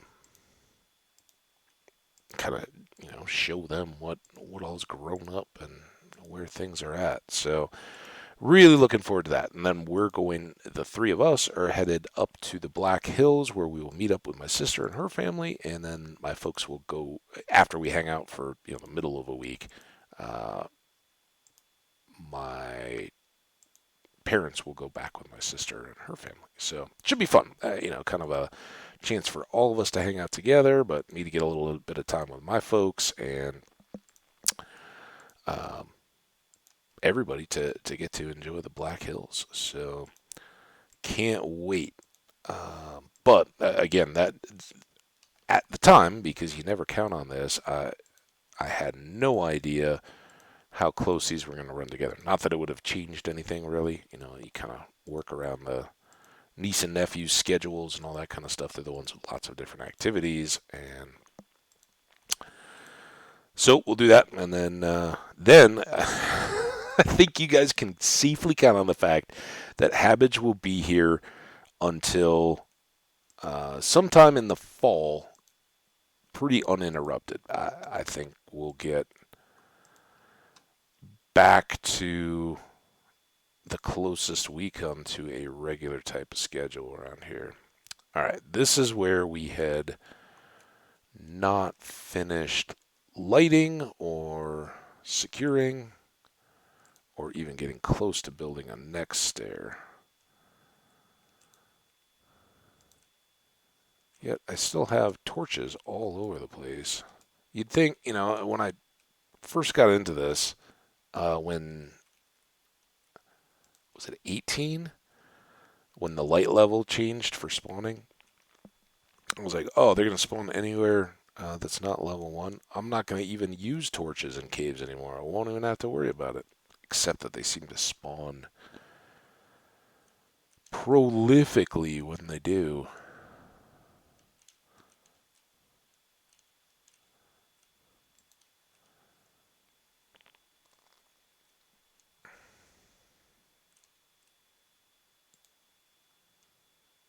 How bad is it going to be if I fall into powder snow? I've got an axe on my offhand. I don't have. Oh, oh, oh. There is some. Time to switch. Ha ha ha ha! I'm late as a rabbit. All right, is all this lit enough? I don't think here. Get something else up there.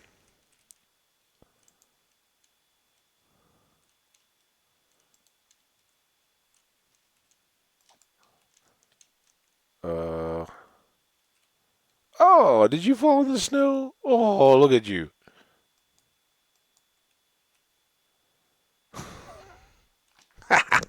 So much better you than me, buddy. I'd give you these leather boots, but they're keeping my feet warm. You want to come up and get me too? Oh, are they too smart?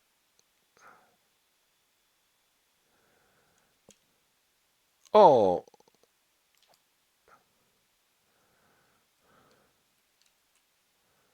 oh, what? How did he? Oh, he broke it because he was on fire.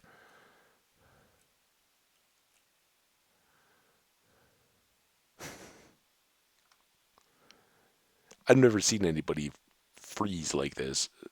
Oh, look at him shivering. Oh, you can walk away. I'm not making you do this.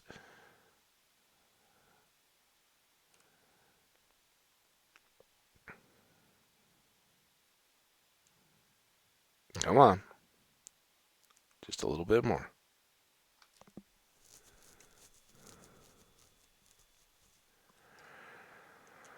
All right. Now, there. Maybe we can start getting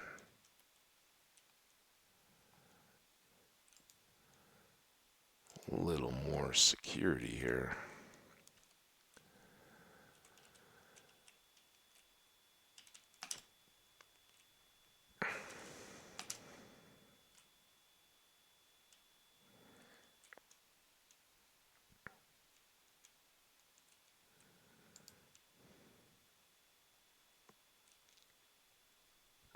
Somewhere, I think was that the hole? That this was not good. Not a happy place.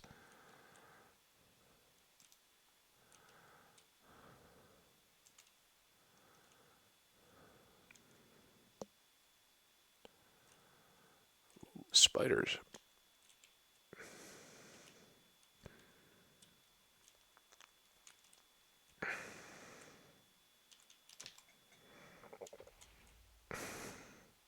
Spider, that was kind of like the beer cans flying around.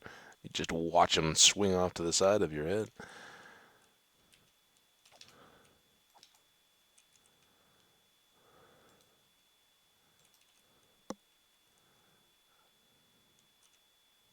Ooh, I don't think I noticed that before. Alright, it's a nice shovel. Iron?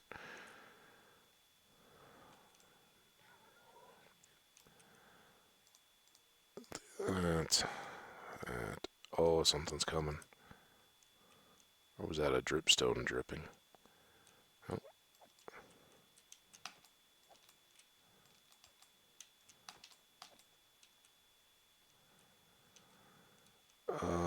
Sword is getting low.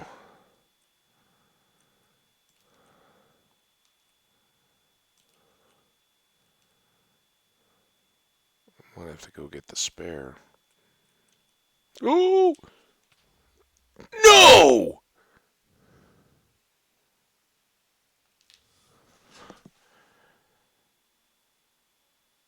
Was my health down? Oh, here I can look. No! Full hearts. I don't know how far behind the video is. Look at me, all blissfully going. Here comes a creeper. Oh, there he is. And then now every time should have turned, put up the shield, and just hunkered and let the shield take most of it, and I probably would have been fine. The other thing is, I did have on the leather boots instead of the iron, so I gave up a little bit of health that way. Oh man, I loved this world. Aww, guys.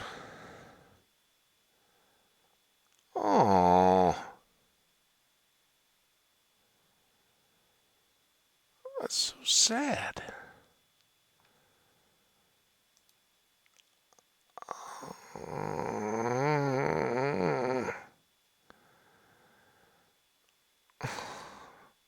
We've had the death scores thing out twice now. I mean, to be fair, it is. Why is this so laggy now? How can a notepad be laggy? Get down there. I mean, I guess at least I didn't fall from a hole like the last one. Oh man. I am so bummed out. All right, score is a 39.53. Not 39532 though. Adding an extra place there. It's a good typo. Makes it look a lot better. Creeper under snowy. I mean, Yeah, we had some drama there, but I never really felt like I was in that much danger, except for when the zombies had me in the water. I thought there was maybe the death, but after that, I was like, oh yeah, this is fun. We're just clearing and lighting. I didn't even. That's why it was such a shock. All right, so I've written all that out. Let's spectate world. There was our spawn. That's our house spot right over there. There's the little waterfall. Oh, I forgot I'm floating. Like, why am I sliding into that rock? Um, really, all we want to do is get the days. I can't find the days. Day 100. Look at that. Go figure. Thanks, game. Day 100. Oh,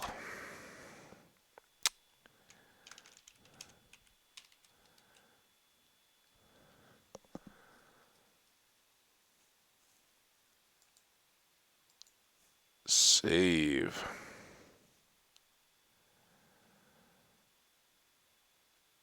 All right.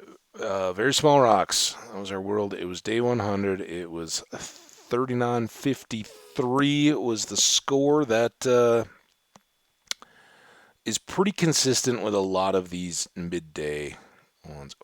I don't know what the computer has going on right now. This is so freaking ridiculous.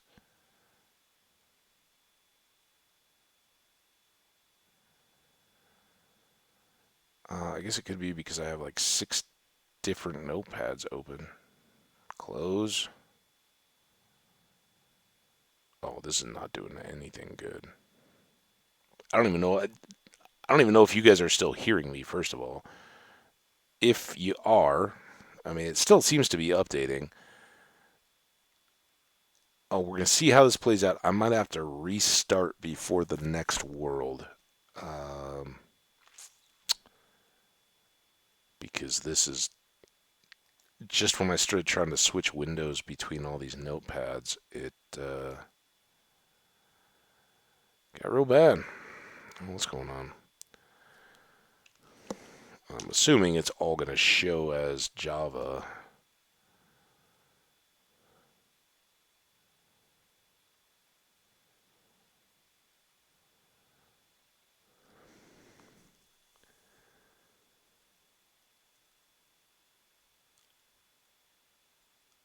It's running a little hot on the memory and not too bad on the CPU. It's only when other stuff pops up a little bit that it gets worse.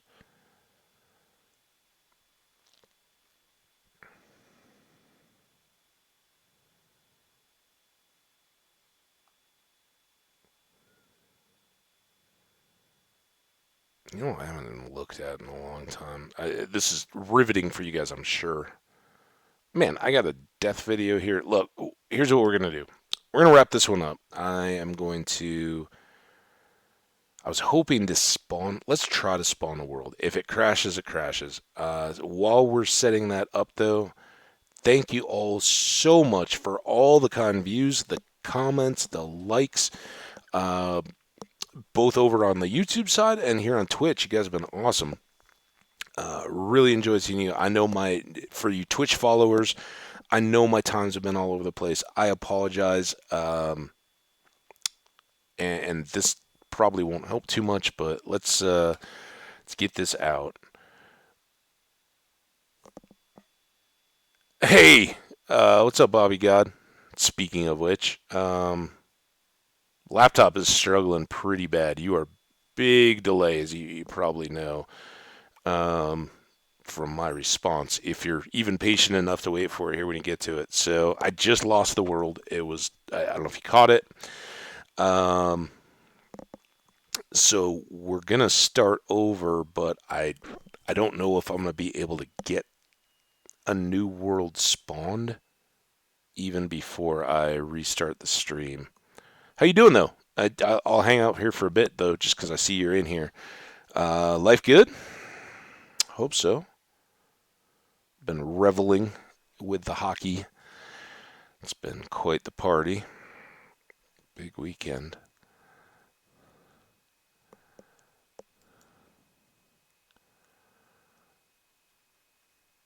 Now, I don't know if I can reply quicker through. Awesome. Glad to hear it, man. Um, Let me check this.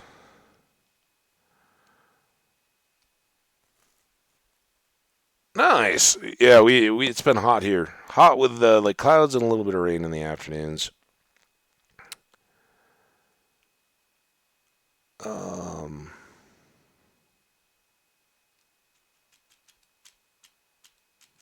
Trying to think of a question that I can throw out here and see about the chat response. Um,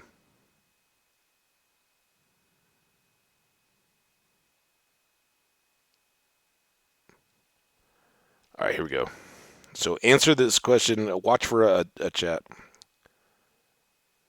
Yeah, I know you've been doing great over there. I don't know if you've had a short in the last day or so, but I caught a few of them. So I'm gonna ask you that. Don't respond to my voice. Wait for the chat, if you will. Watch for my chat and then respond.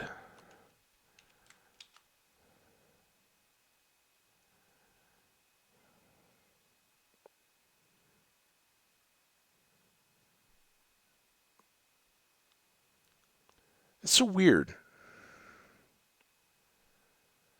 Like the stream is way behind, but the chat, for me at least, seems good. But now, oh, okay, there you go. So that if you responded to that in the not to my voice but to the chat message, that was way delayed. But I see my chat, even though I know that the video and all that is way behind. It's crazy. All right. Well, I'm going to give this a whirl. If I can spawn a world and it doesn't just absolutely get brutal, we're going to hang out and explore a new world. If it doesn't, though, I'm going to have to shut down the stream. And Bobby, you know you're always welcome. It may be like an hour or so before I get back because I don't know if it's Father's Day everywhere.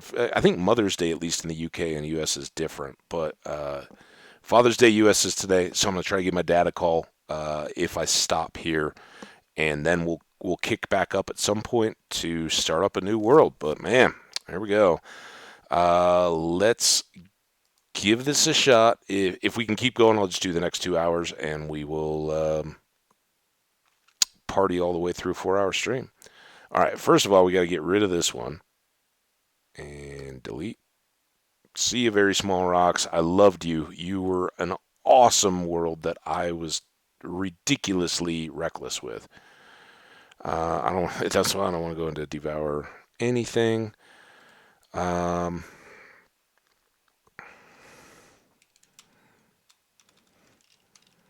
Here it is.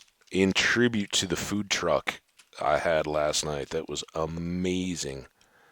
I think it was Fatty Booms like that, and yeah, awesome. Game mode hardcore. Let's go.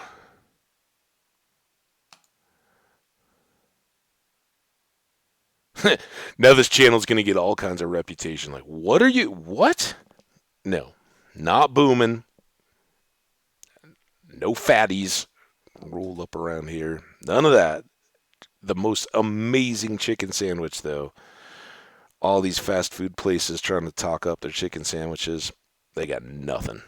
Nothing on the food truck Fatty Booms.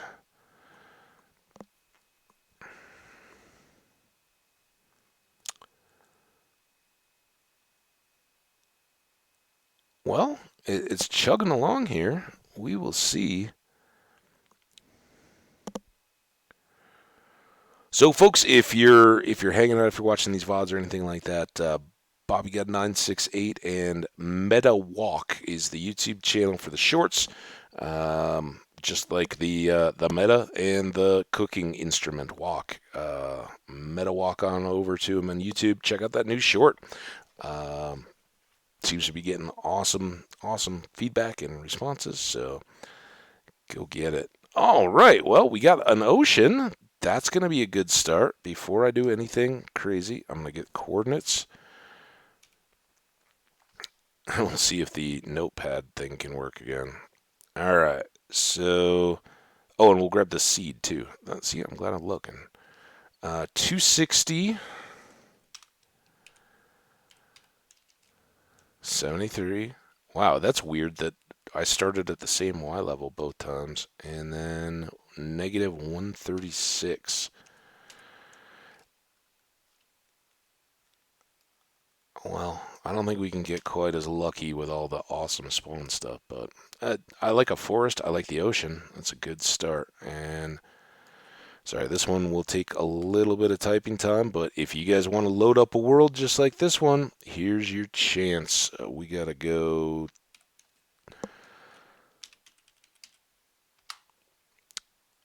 There it is. Get your fill, folks. We have got a very numeric seed. Negative 917 963 6714 606 568. All right, I have got the seed. You guys have had a chance to get the seed. Oh, and this is not right, miscorrectly called Will It Float. This is Phatty Booms. That'll bring in the viewers. All right, no more notepad stuff. Let's see if we can play this game. I think we're up, at least on my view, it's up from that, man. But yeah, you're there. I'm sure you're ahead of me at this point, but I think I was at 44 at one point. Sometimes they get cleaned up though too, right? You get a false fraudulent subs. I welcome the bots. Bots deserve full access to Minecraft content. Don't discriminate, YouTube. Yeah, and we got more followers over here too. So doing really well, and I appreciate you all, each and every one. Just remember, all you newly subscribed subscribers out there in YouTube land, drop by in the comments, say hello. Let me know if you've got worlds, if you've got channels or content. I'd love to check out what you guys have going on.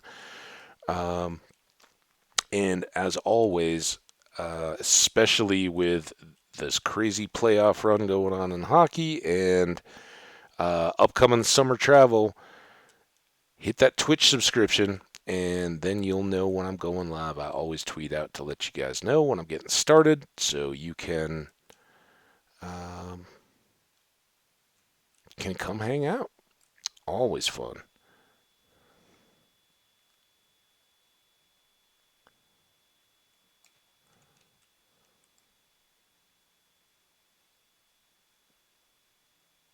Yeah, there's no unfair advantage, man.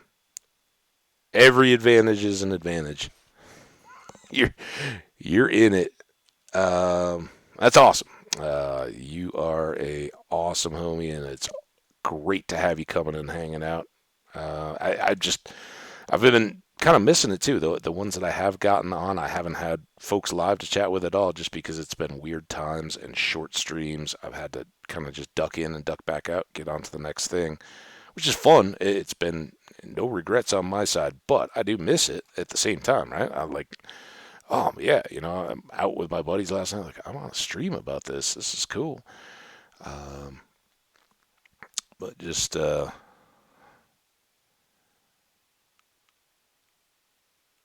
nice to get this day to be back at it, and at least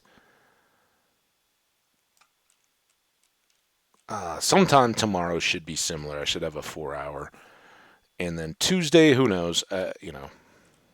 We shall see what happens. But if everybody's like, "Yep, got to get back to work," and it breaks up quickly after that, um, it may be a relatively early night, and I may be back for a regular full on Tuesday. However, Buddy leaving for um, Hawaii and Buddy leaving back for Missouri are both leaving on the same day, and since they'll just be traveling, it may end up being a go out after or whatever. Let traffic die down. Just have a couple beers. And on a Monday, that the city won't be nearly as wild as it was last night. I don't think.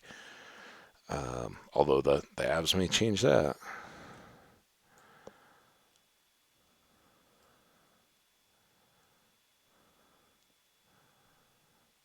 Lucky. I I pay for it, man. I've been paying for that Twitch Prime for about uh, as long as Prime shipping was a thing. Way before there was any. I don't know. I'm still punching trees. Let's get out of here. Um, way before Prime had videos or anything like that. Just when it was, you paid for Prime and you got shipping, and you could watch movies on Prime. And if you bought videos from them, it started to roll in. But Amazon wasn't producing stuff at that point, so it wasn't quite the streaming big deal it was then. But I lived in one state, my family for Christmas and all the holidays lived in the other, and I'd basically pay for a year's worth of Prime just shipping home Christmas presents that I ordered on Amazon. And yeah, then all the video stuff rolled in and Twitch eventually. So yeah, I've had that. Um, oh, I guess those were sticks out of the trees. I was wondering how did I have those random sticks? But yeah, I'm certainly not going anywhere from Twitch. Or from Twitch, from Prime. Oh no, no, no, no, no, no. What do we need? A shovel and a boat. I will be pretty loyal all the way along with the Amazon stuff.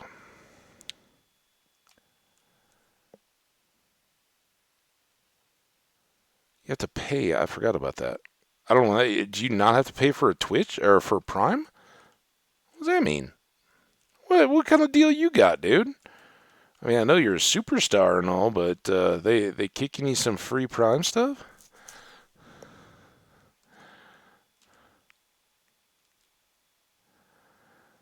All right. Questions to be answered. Are we on an island? Getting a 360 of the ocean there.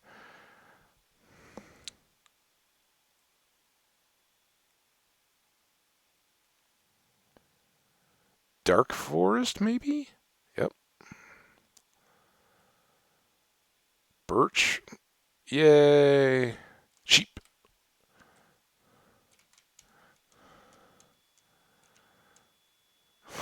Sorry, sheep. I don't see anybody else around you, so I know you might not even help me out that much, but I shouldn't have left the boat. Let's go get the boat. Where there's one sheep, there should be a couple more sheep. Do we see any sheep? I don't know. It's quicker to move on the water. I'd really like to find a hillside or something that I can tunnel into quick. Oh, so what do we even want to do? I don't even want to think about really building or anything yet because It was so awesomely set up to build in the last world. I don't know what I want to do. Maybe we'll find another village and kind of do that start again. This is some good enough hillside we could shelter for the night, but I'd love to see more sheep on the shoreline. Let's go sheep. Oh, yeah. Yeah, yeah. Nothing free except for all the good stuff. There we go. Sorry, guys. Here to wreck your day. And I'm impressed. I know I'm a little lagged from you, Bobby, in the chat. Sorry about that, but the game is handling better than I'd feared. All right, so now we can do a bed. That means we can keep adventuring a little bit here. Gets us a little bit of food too. We have red mushrooms. Do we see a brown mushroom tree? Lots of red. That could get us early stew.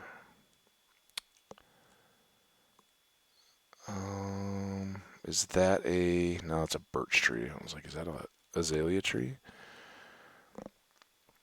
It's big. There's a brown mushroom tree, so we could get mushroom stew. We could definitely hang out in dark forest biome just to get going. I was wondering, wasn't there a ship shape out here somewhere? Guess not. There is an azalea tree. Ready to take us to lushy biomes below, although that would be a tough one. If it's right on the edge of an ocean, I don't think I want any part of that. But there are a couple trees there.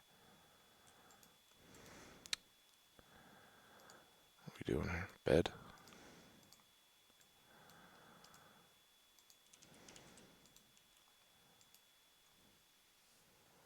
There we go. Sweet dreams, our very first advancement. Yeah. I think we both got big bumps. I don't know if that was just a YouTube thing, and that's why I wondered about some of the subs, if how many of them were legit. But yeah, I got a couple videos that for me weren't up to that level, but a couple hundred views, pretty nice. Take it, thank you, YouTube. That's what I used to get. It's kind of like a monthly. There would just be this thing, and that's why I don't know if it's just botting or if it's their. Hey, you've continued to produce content, so we'll give you a big spike in the, and it definitely is. They give you a big spike in the. Um, oh man, what's the word for it? Recommendations is not the word that they use in the stats, but I'm sure you know what I mean. And the corresponding bunch of views. But that also, I think, was right at the beginning of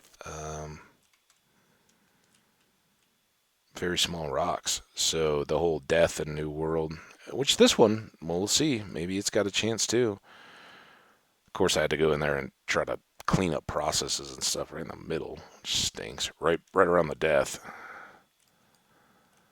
But so it is. This is kind of intriguing.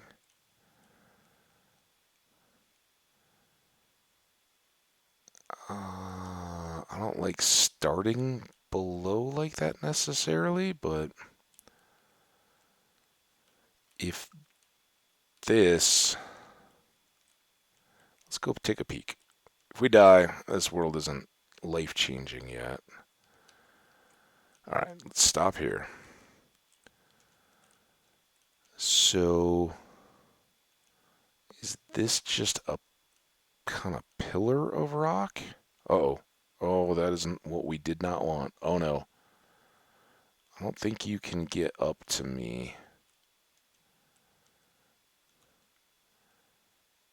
That looks kind of cavey back there. Oh, the spider.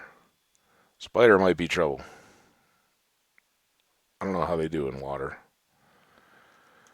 I don't think that's ideal. I was thinking if this kind of faced on a solid wall and we could clear that off and kind of make that a platform and build into the walls and do all that, we could kind of have a subterranean excavation house, but starter. But with caves on both sides and already pulling mobs, I don't think that's our best starting location. Not wild about the birch forest as a home, beautiful though they are. In my case, aspen, kind of the closest I get to birch forest, but also beautiful. Same family, I believe. There we go, neck and neck, man. I have a feeling you'll pull ahead, but all you YouTube VOD viewers out there, understand Bobby God is about to make us sit in the rear view. And while we want to support him, I want you guys to go check out his videos. You got to hit sub for me first, and then get your butts over there, MetaWalk, and see what he's got going. Remember, only after the sub. All right, that's too much words. So I don't mind. I'm just glad you're here. You don't got a sub for nothing, but it'll definitely let you know when I have new videos popping. And why would you want to miss out on that? You never know when we're going to switch a whole world up because it's hardcore and they go away. When things go bad, even unexpectedly, the world's gone. Um, Still rivers or new ocean? I could get really lost. We got some flower forest. We got our bed. We don't need to stop. Like the flower forest, though. It's purty. Yeah, I think I know how that race goes.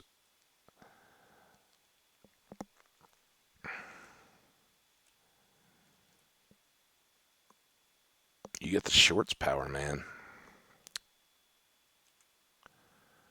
I just feel like my boat was just super speed. It was like I was rowing with the power. I thought I saw a vine over there too, which I was kind of thinking was sparse jungle, but I don't think I did. There are some cows. All right, how much further can I get spun around here? Probably a whole lot.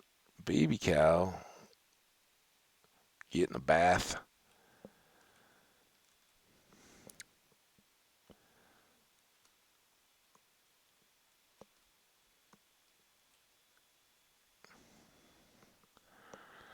All right.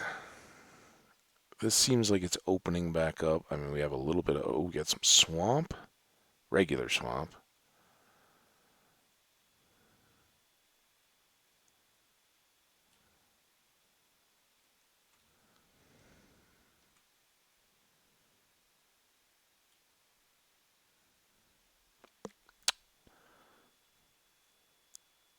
We've got our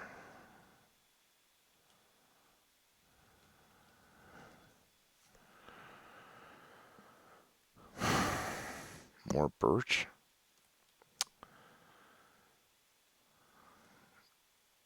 Um, Less cool. Gotta tell you, is this a big ravine though? I'm looking for is just the right kind of ravine. Ooh, this could actually be pretty sweet.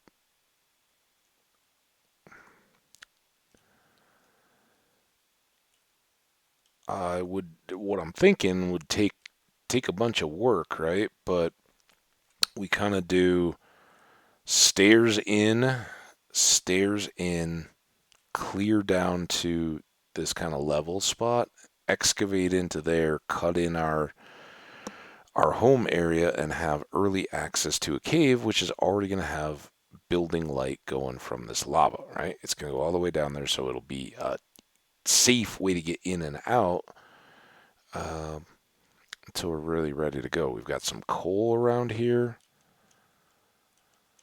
I think this is good enough to start with. The drawback is I don't think we're very close to accessing stuff on the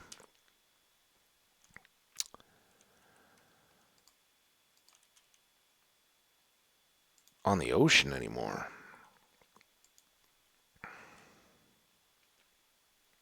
I just kind of poked back into this cove to see where this would go. So we had the swampy stuff back there. I was hoping that this was going to open into ocean. I think we've gone all the way around all of this. And I'd like to come back enough. I'm going to use these as markers. Hopefully that'll help us if we can get back in. But yeah, what we thought was opening up into, well, might still be.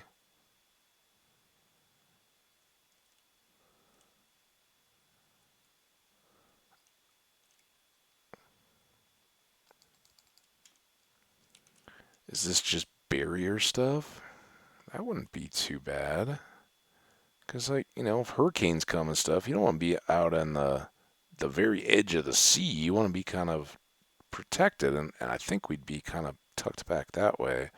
So this does get us out, right? Eventually we can go exploring without being too far. We don't have to backtrack all the way out to the ocean we started in. And whether those connect or not, who knows? But this is eventually going to make me hungry. We got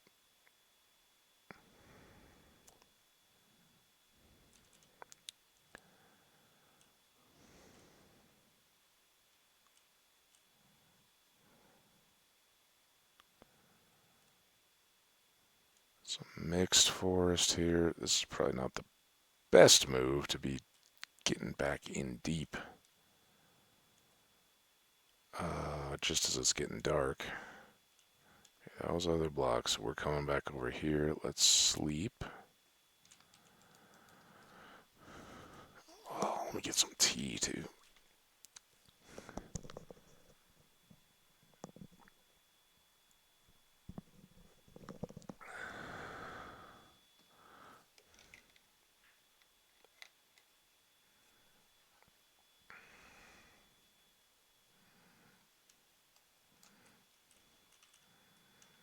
Uh,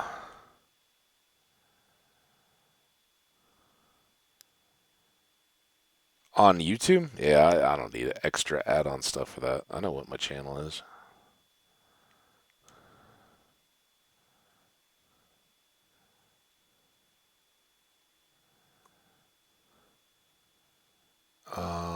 Sheepies.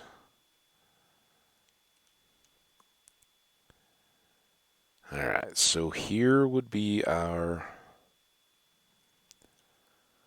starting point. Let's start by getting a bunch of wood from these trees right on the edge.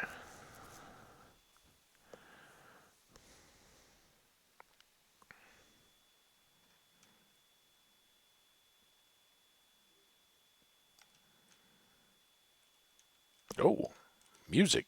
I guess we got some music going. Now, don't you be a son. I don't even have dirt yet, do I?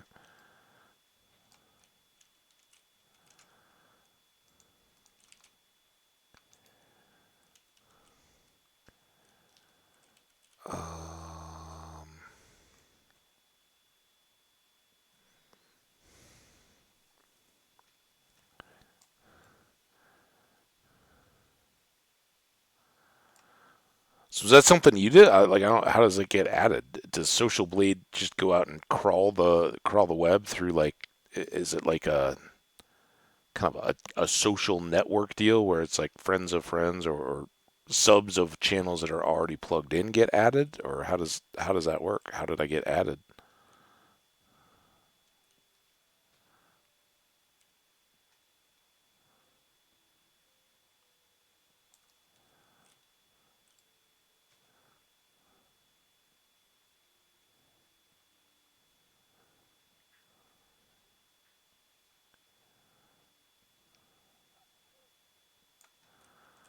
All right, now we do have a wooden shovel, and I think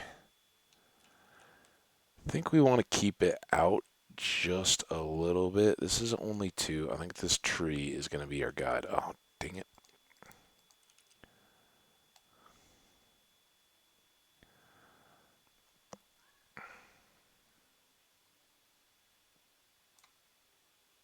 Yeah, yeah. That's the boost of starting fresh. It's awesome.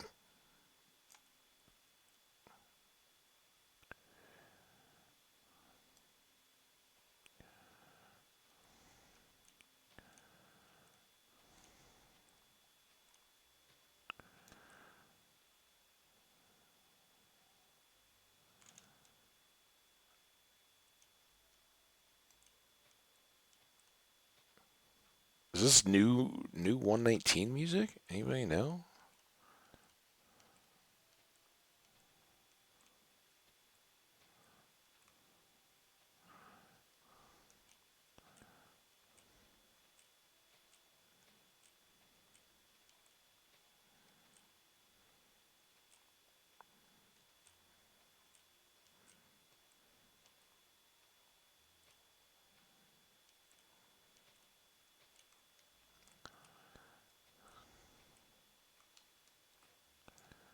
Oh, okay. Well, that's good. That's what we wanted to do. Now we need to go down and get some stone. But I should have kept the shovel handier.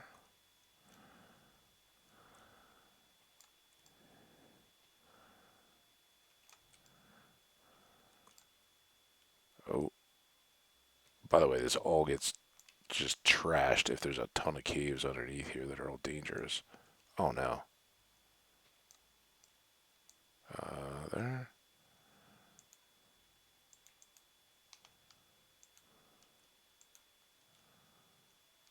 Oh, not bad at all. Problem is a lack of cobble. We got some.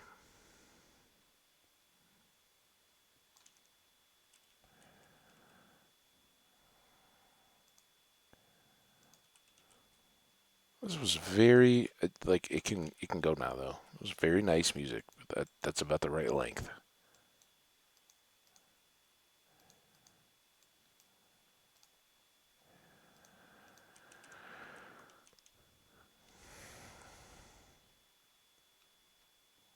All that andesite. I'm gonna have to store it or throw it in this lava.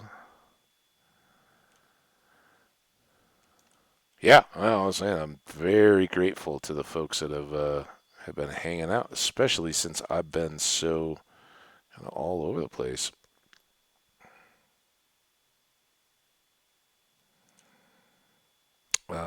This is problematic.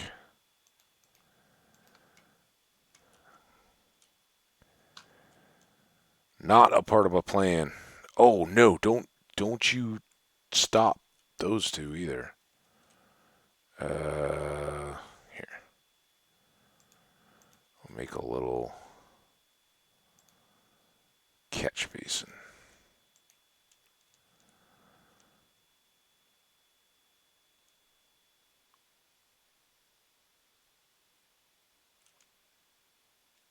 You should your live stream on Twitch. All I see is green. What?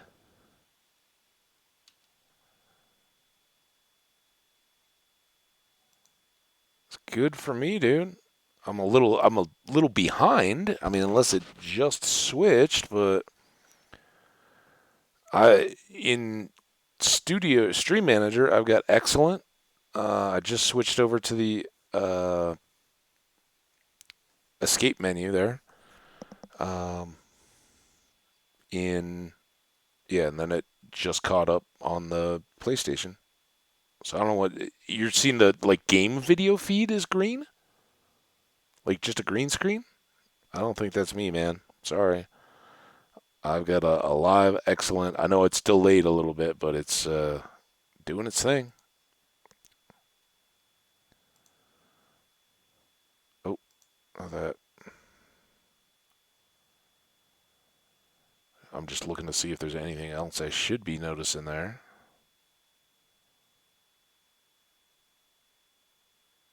Looks pretty good.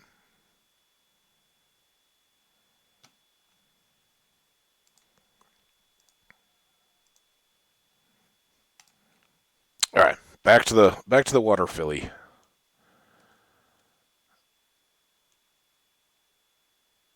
Come on. Oh, get around the corner. Up. See, it's that there. All right, no close calls or near misses.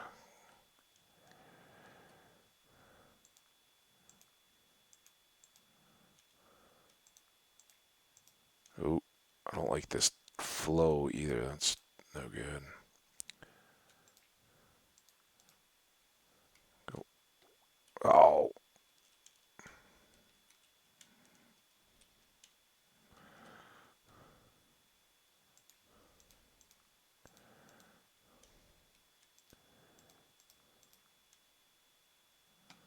one more air.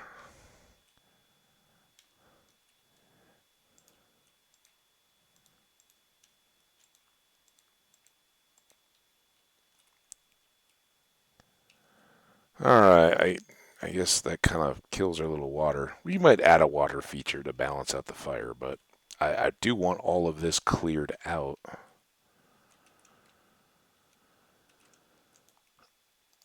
for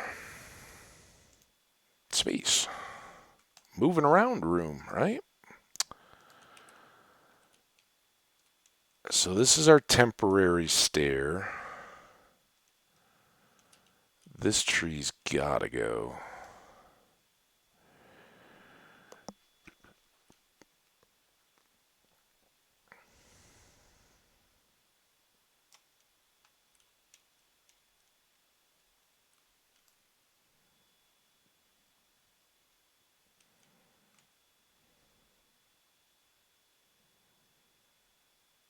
Hope everything came back for you, Bobby. I don't see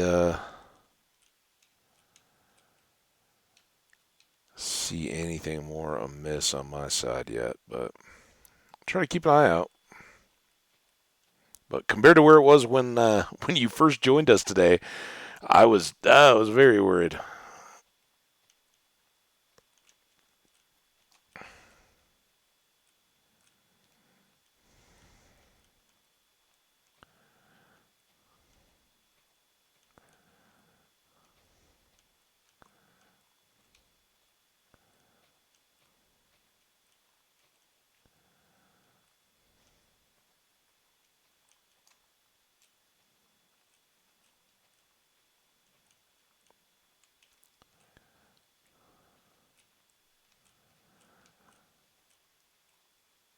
That's lovely. A bit of rain. What I should probably be doing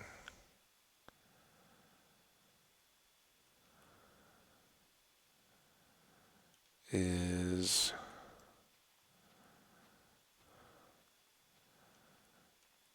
going to get the coal, cooking the food.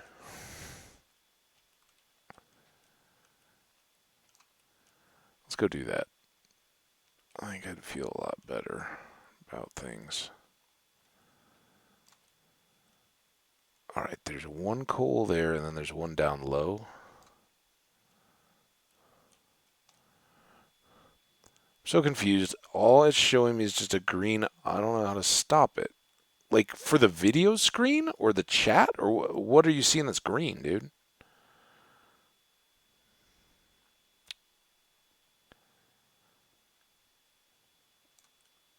I assume like in the video screen, I get it where it hangs on like the last video I watched and won't release that screen. If I get that, I go back out to home, select a different video, and then that forces it like by actually making it load some other channels, then it comes back and it's fine. That's my best guess, tip, whatever. I'm no expert. You probably know better than I do, but I'll certainly be here if you want to go try loading something and pop on back over. Oh, it's gonna be all this all the time, isn't it? Oh, part of this before we mess up the lava. Now we got a little bit of coal. I should be cooking the food I just said I needed to do, but let's come down here. Well, this actually looks decent. I don't see that that's cutting back under. I do want this all doubled up. And I'll kind of leave that for now, but I think these guys can go. We've already got some sugar cane, so we'll just pull that up. Maybe we'll come over here, start a quick sugar cane farm. How about that, huh? Productivity right out of the gate. Tell you what. Uh,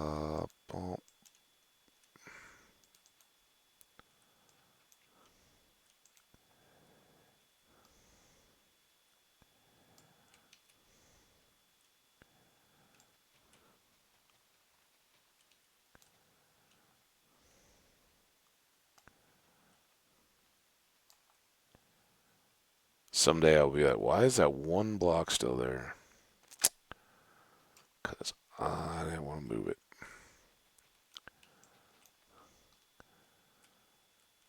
This is all still well away from where we're at.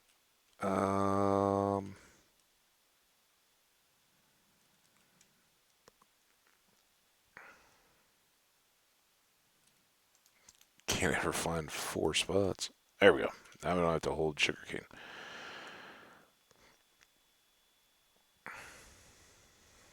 So we're going to have to deal with more floods, but I think we should go make better axe and a furnace. Oh, or just a furnace.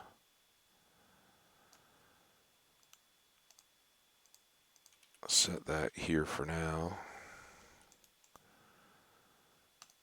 And cook up some lamb. And some sticks.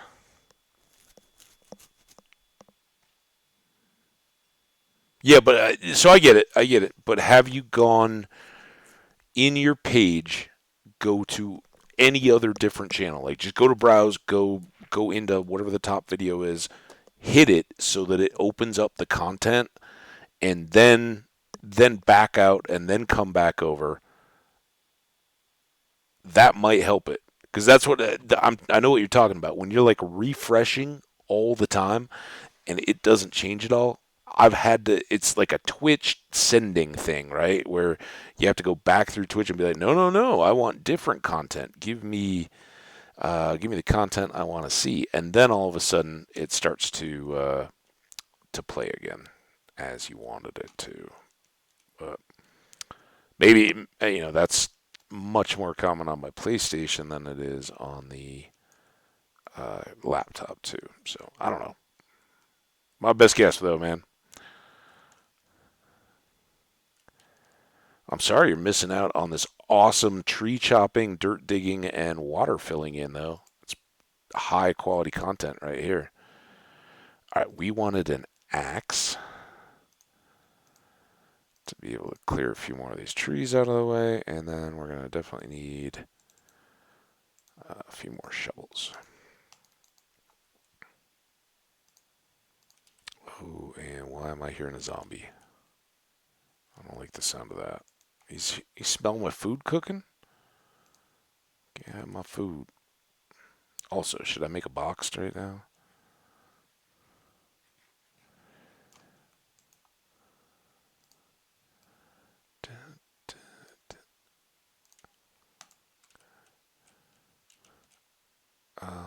This might go back under the stairs. Go here. So now I gotta paint like a word picture for you, huh? Oh, all right. Well, I don't know, man. I hope it's nothing on my end, but I don't see it if it is. Like, let me switch the scene. Um, like I can turn off that.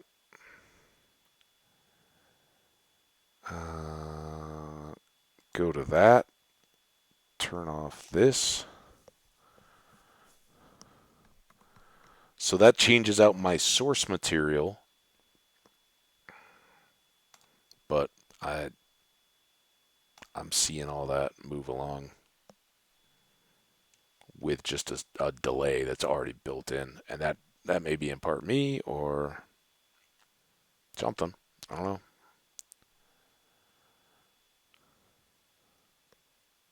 All right, I'm getting back to it here and getting this coal. Perhaps a little earlier than needed.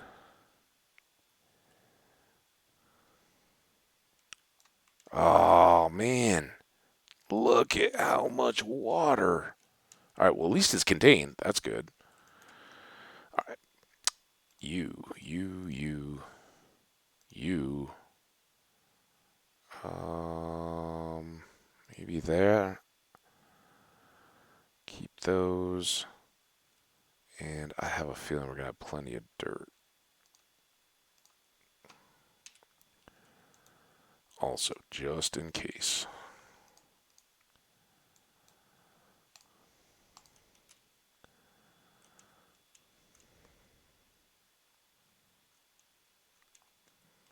Alright, next annoying tree out of the middle.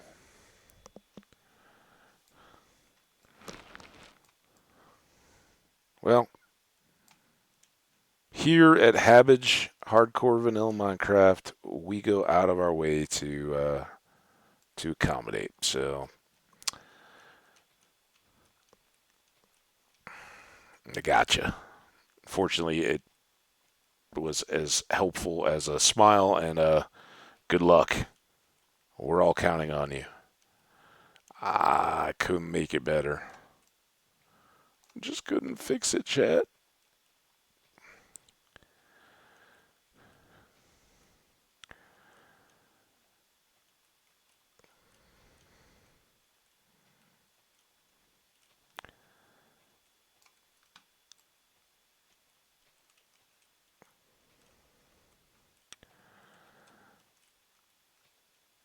Oh man, I just wish we were turning around and boating back over to our little townhouse in the village with all our friends. We never got to say goodbye. Um, we still have no cobble. I don't think I need to worry. We'll just kind of build this back out so we have access up from that side. Oh, good. Dirt's fun and all, but I'd rather have the cobblestone at this point.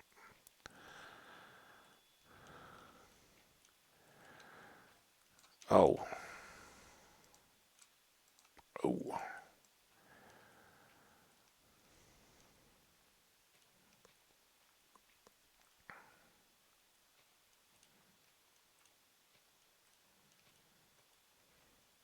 Yeah, so this one may end up being fairly hole in the groundy, but I think it'll be that nice hole in the ground style we've been been looking for. We'll come out a little bit.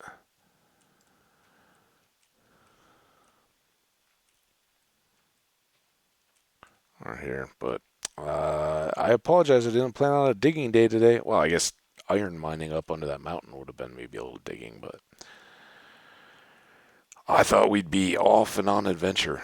Apparently, the adventure was too much.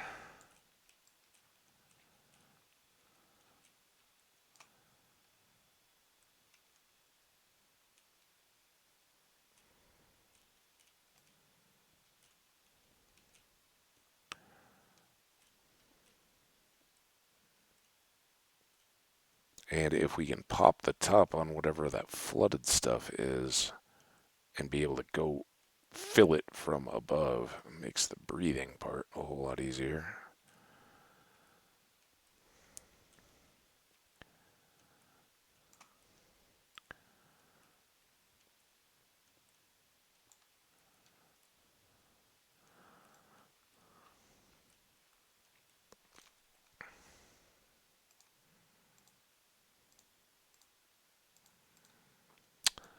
So what's the beat the heat in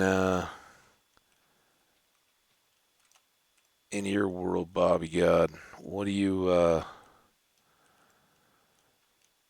do to stay cool in the summertime?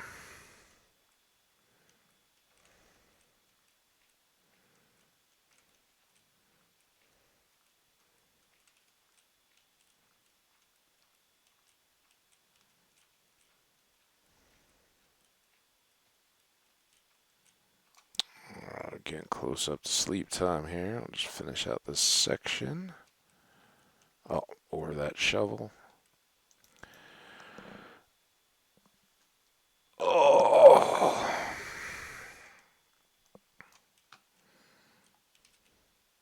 it was hot. Like, it was weird. It was so nice out.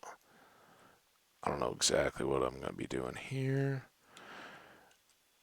It was so nice out being out for the evening and afterwards, all the waiting and all that. It was just perfect, perfect temperature. A little bit of breeze and all nice. And I got home and, like, it wasn't that hot inside, but it was too hot. That was part of why I wasn't, like, sleeping that. And I was all excited and happy. And what, what was I just in the middle of? Kind of shock, but it was felt felt hot in my place, and I still don't have. I had the AC on one day, but I didn't turn it back on or anything. Just let it cool off a little bit, but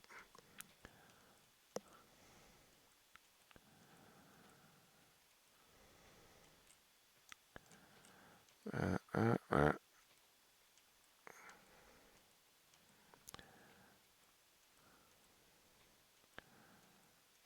All right, another level down. We got a long way to go, but we've got to get into that water a little bit, right?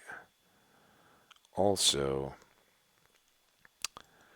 think here I'm gonna start cutting this both ways down. Maybe I should do a little more step building. Oh, there we go. All right, that will help though. Oh,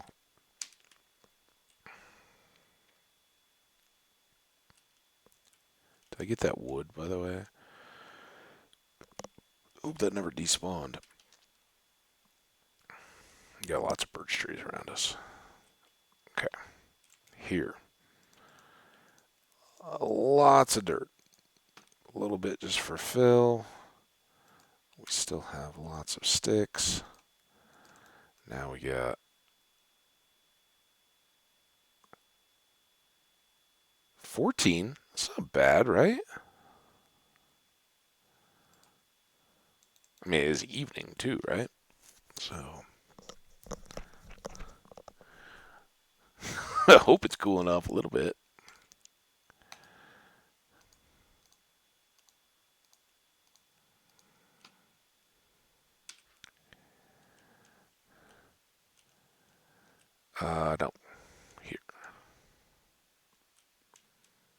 Wait, what have I done? What? Oh, here. That's not my stairs at all.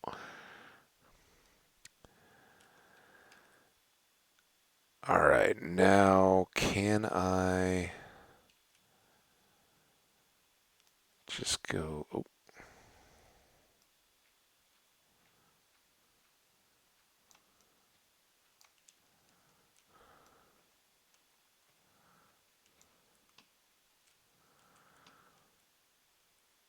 there.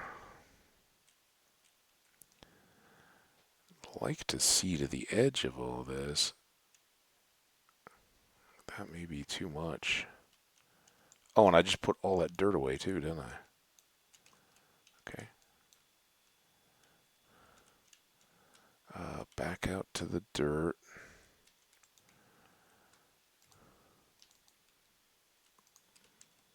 How much of this do you think we get done with this? The worst part is I'm really, really hoping to just fill all this back in again too, so this doesn't even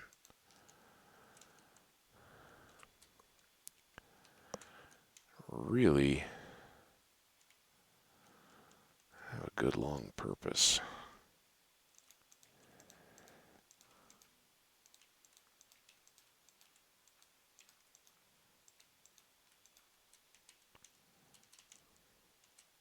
Oh, don't get stuck. Sun's still up. We got midday.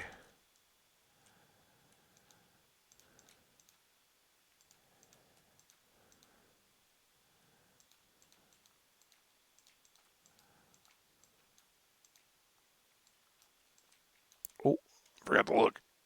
Oh, man.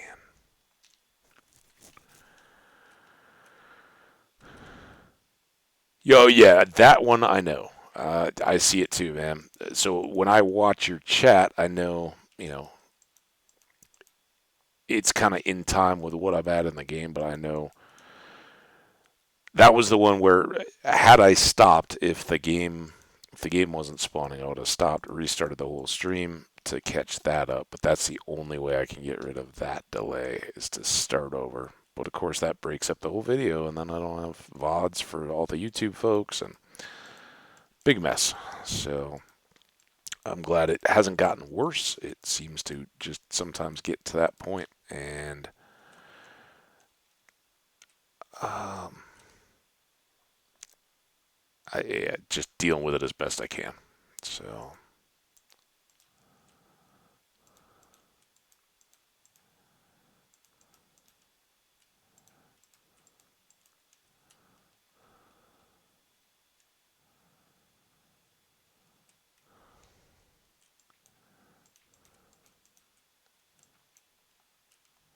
I guess we can just go up.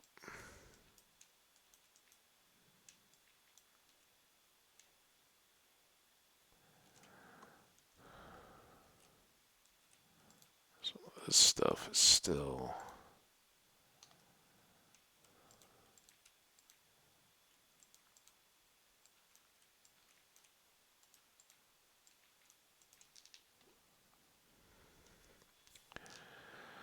Gotta remember, not geared up, still in basically dead at the blink of an eye mode yet.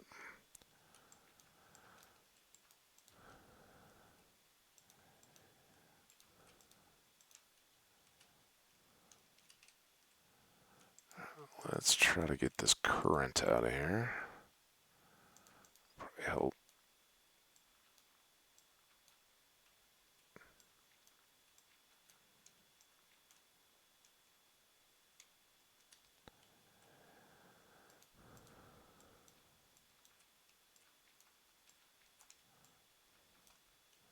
I was sitting there thinking like, oh, okay, I can angle this and not have to put stuff down for the stairs. I'm like, no. We've got to get rid of the water. It doesn't matter. All right. Hopefully that's the end. We paid our water bill. It's done.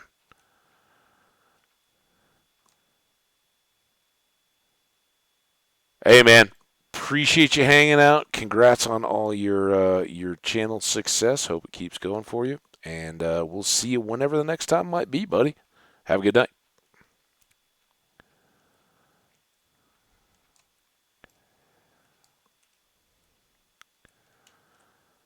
All right, this is going to be our first nice access and help us set up to where we decide we want to make our floor. I think that's probably pretty good. I think.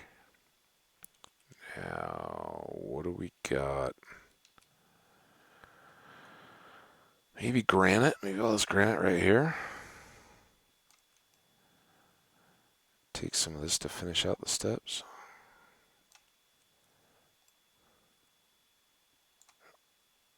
Like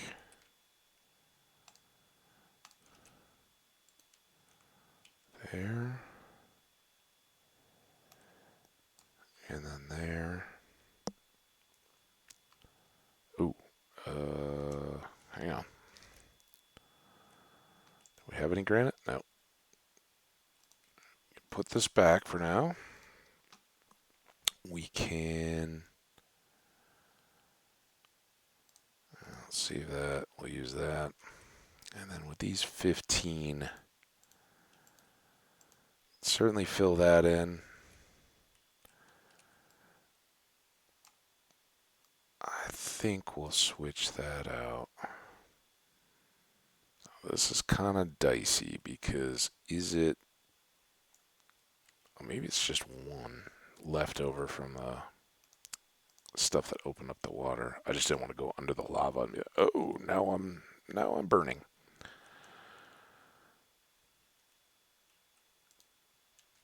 Oh no! Whoa!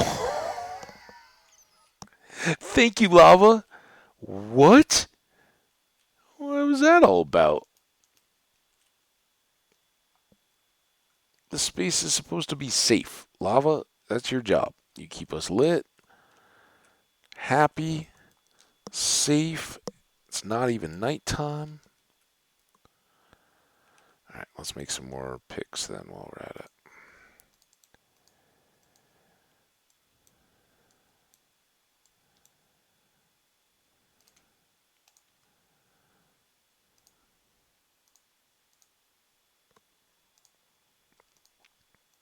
Oh, it's probably way too late at night. Oh!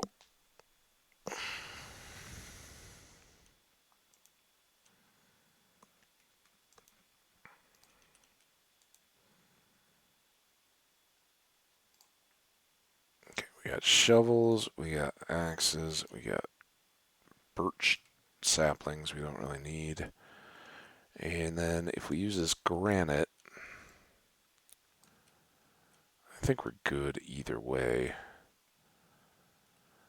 Don't want to break out my other stairs necessarily, just until they all get evened out. But let's grab a little bit more of this.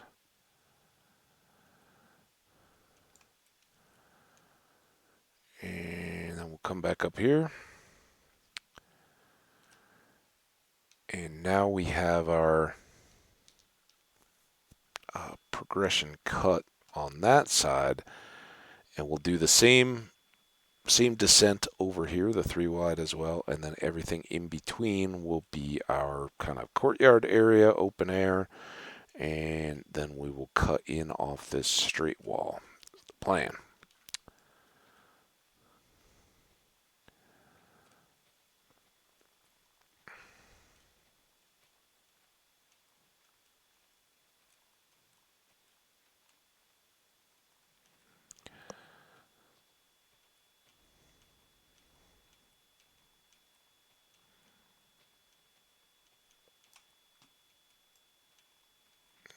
There we go.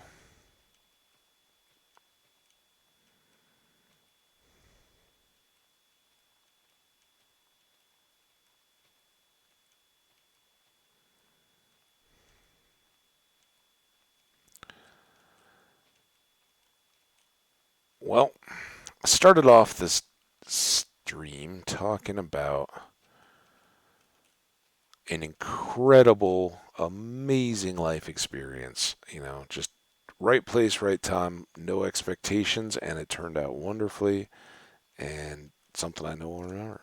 And you know, kind of fits in with hardcore Minecraft. You don't know what you're going to be clicking into, where it's going to, the day, the night, the hour that you're going to play the game is going to take you until you get into it. Um, that spontaneity is the piece of Minecraft that, for me at least, really just keeps it always good and fresh, and such a great approach, right? The people that approach this game, like I did, not expecting to lose a world that I was really into and feeling good about, um, to now find myself digging out dirt with stone tools and filling in flooded things when the sight of one skeleton could mean death for me here. Um, it's all pretty kind of lifelike in that sense, right? Like you don't know. You never know. Is it going to be amazing or not? But I am glad to have the opportunity to experience it all. The highs and the lows. The highs feel that much better. But man, oh man. I mean, I'm not like devastated. I'm not going to be all depressed or anything like that. But losing that world, it's so unexpected. Like, I knew the creeper was going to go. I thought we had enough separation. I was moving away from him that, yeah, he'd pop, but lots of creepers pop, and I thought it'd be fun. And clearly, bad, bad thought. It was not fun. Um, so you learn from it. Pick yourself up, dust yourself off, move on. Um, see what the see what tomorrow brings, right?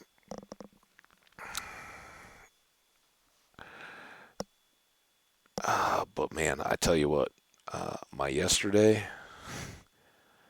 Sometimes the yesterdays are pretty good too, right? All our little motivational things and all that is always looking for. It's like, yeah, don't get hung up on where you've been. You gotta be looking at where you're going. You gotta have that attitude that I'm moving forward, doing new things, being productive, and oh, look at that, um, getting um, getting to whatever is next with anticipation and excitement, not oh here we go or dread, but yeah, what could this one bring? What um, could we all do? But uh, as I've said many times, I'm a history guy. I love seeing the accounts of how people viewed their world in different times, and seeing how much changed, but also how much the pressures and things don't really change at all. People make a living off of going back and grabbing quotes from unexpected times and then applying that. Oh, this is really apt for whatever is going on at that moment. Whether it's a modern election or a war or reaction to a change in fashion or music, and you can always go back through and find out, yep, we're still doing the same thing. It's that old, those who don't know their past are destined to repeat it. But um, sometimes we get very focused on looking at what's to come and just kind of don't take time in the moment to go, yep, this is a memory I'm glad I made yesterday. Big time memories. I'm glad I made them. It was really, really, really, really fun. And I just thank let's call it 3 to 10,000 of my new best friends that all made it possible. The Avs fans are on it. And I think any city you can find the probably very close to the exact same circumstance. Get to those kinds of watch parties, and um, when you have that shared mentality with everybody else, that shared excitement, anticipation, a little bit of nerves, all that stuff kind of bubbling and brewing together. What um, what a bond that makes in a moment, right? And you know, you don't know any of these people. You're never going to see them again, more than likely. But for a moment, at least, you're totally united. Common cause that none of us in that little square had anything to do with the outcome. We're not even the fans in the building that you cheer louder at certain parts. It may help to distract or demoralize your opponent. No, no, we're just there in it for ourselves and one another and the experience of it all. And it was a great bond. Really fun to have that. And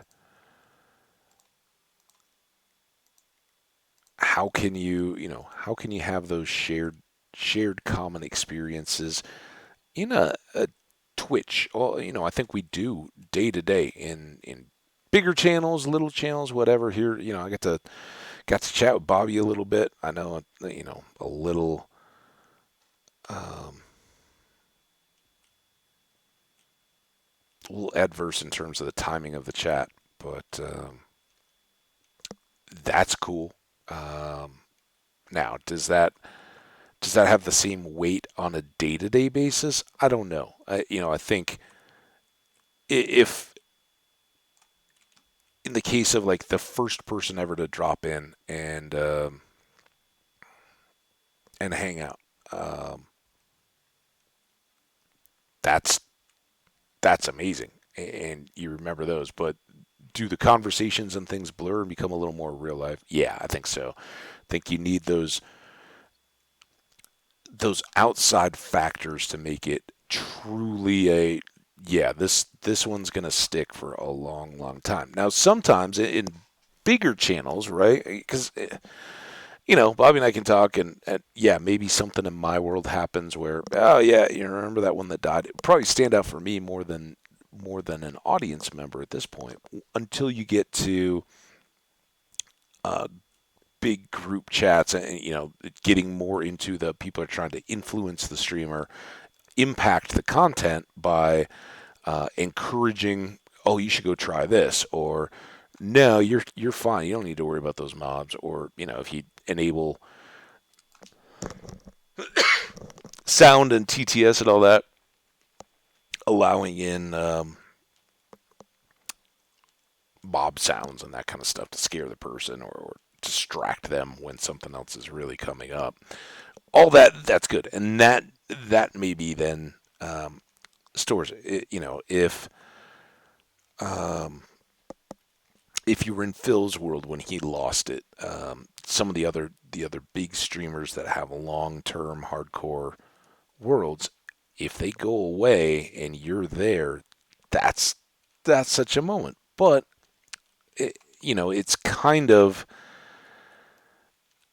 a little back and forth. And I don't know if there's other games that maybe have more of this, but I don't know where you'd get the same magnitude at that point. Like say you were following a FIFA streamer, right?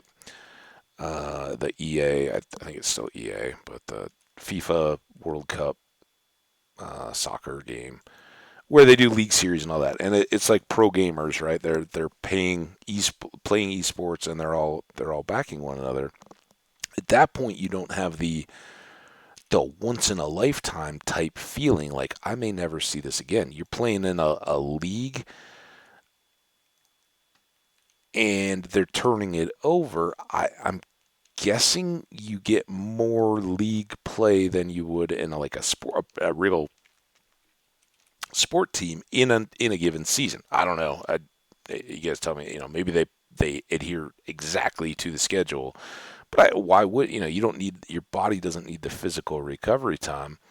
You can do a season, even a month, right, between pro gamers and have a few of those more championships and um, more high view content. But what you're not going to have is the same hardcore lost your world if it's been well established and still going for all that time.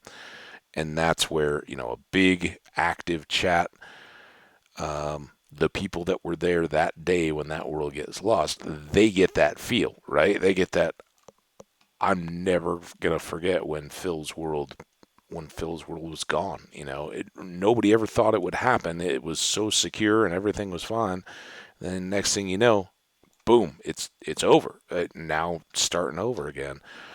Fortunately for me, over here on the Twitch side, at least we haven't had that long term of success.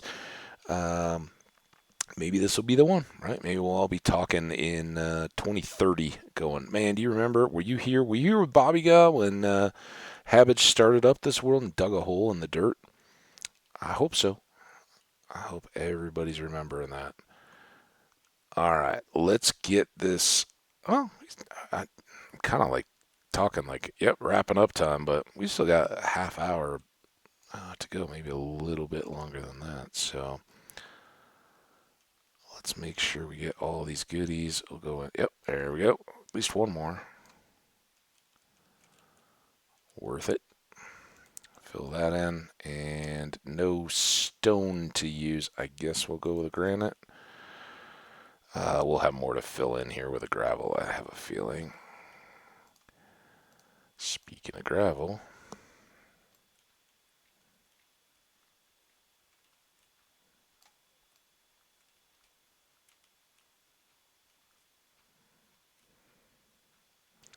oh, it's a big old gravel pit. Oh, this is good. A few pieces of flint early.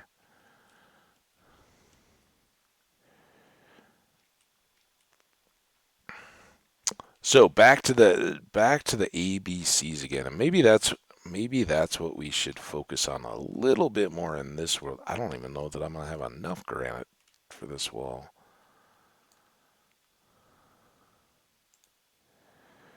I should go from the top because the lower we get, the more. Oh, look at that! Perfect. Good job, granite. Lower we get, the more chance we have to pull out matching stone. Now I am leaving the dirt. I think that's okay. I just don't want gravel or to fill things back in with cobble if I can avoid it. Who knows? Maybe at some point we'll decorate these up, but for now, just a clean cut.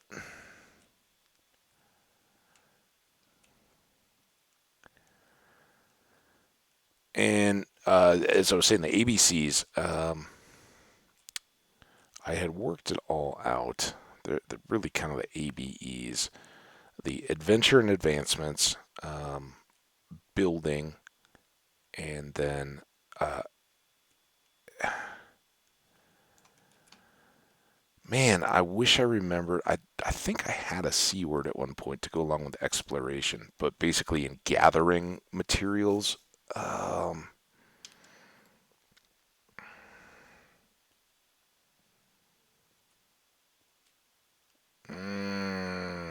Not coordination. And somebody should go back and check those early slow cooker world movie videos. I talked about it a lot then when I was working on the sandstone fort. Um,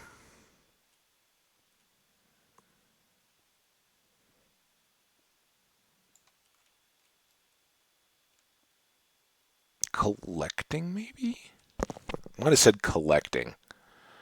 That, you go out and explore, you're collecting materials. I'm pretty sure that's what it was. Collecting materials as you're exploring the world to facilitate the building and the adventure stuff. Because if you want to get advancements, of course, you have to do some of the advancements a little tougher. So, yeah. But maybe, maybe that's what we need to get back to on this world to keep us a little safer, keep things moving in the right direction. Is be mindful of our ABCs, our uh, adventure and advancements, our building, and our collecting, and trying to keep those balanced out. If we say that today is a day for this or whatever. So what is this? Is and some of them sometimes gray up a little bit. I would sort of call this building. It's building by subtraction, right? We're pulling stone out, so very much collecting, right? These are early game materials we need, but we're also um, creating kind of a home space. And we certainly got a little bit of the collecting exploration when we were getting our wool and looking for a base location. And again, I don't know if this will ever justify the time we're putting into clearing this out by being um, perfectly located or close to things that we want to continue to use in the world. But for folks who have been around or have checked out the VODs for Slow Cooker, we didn't. We had villagers kind of off over by the desert, which is a little remote. We built our base kind of out on a point, and it was pretty cool. Still is pretty cool. That world does technically still exist out there. YouTube exclusive. Um, and I don't know, maybe, again, just like with Devour Anything, I'd be a little scared to dive right into 119 content when I've been doing so poorly, but um,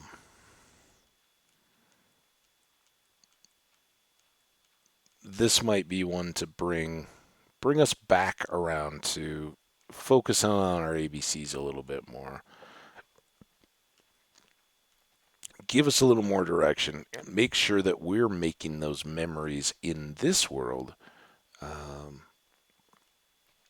through earning some of the advancements, the tougher ones. How did we get here? We're still going to have to figure out. The Warden, seen some Warden fights. They look terrifying, but fun in the same way. We haven't even gotten down there. So we got a ways more to go, but um, hopefully, this can be our ticket out of this, back out of this hole. Although this hole may be right where we want to be. Maybe we get a mine. Maybe we get um, pretty direct access down to the deep dark. Is that what they call it?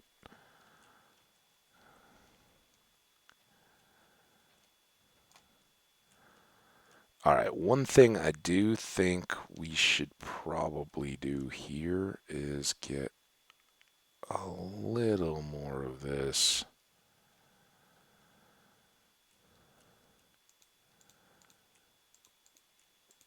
supported, and we may end up being lower, right? But um, until we know how far up we want those stairs to go, which will get us out in an opposite direction if we need to, right? Always have a couple different means of escape. Or if a monster's chasing, we can go away from danger.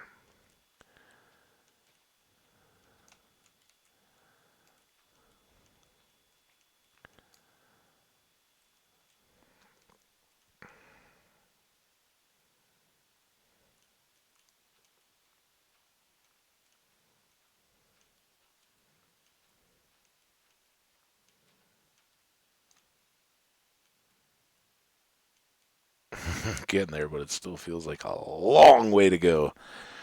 Um, let's try to make a bit of a change now. First of all, let's cook you.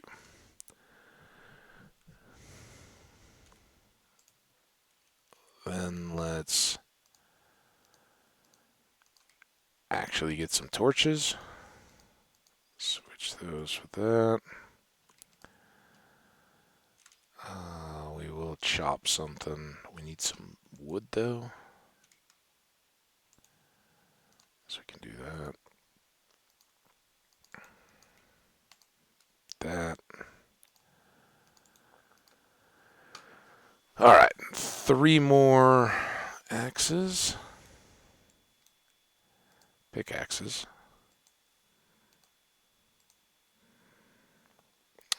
2 more shovels, how about? Because that one is pretty good and we'll be using them.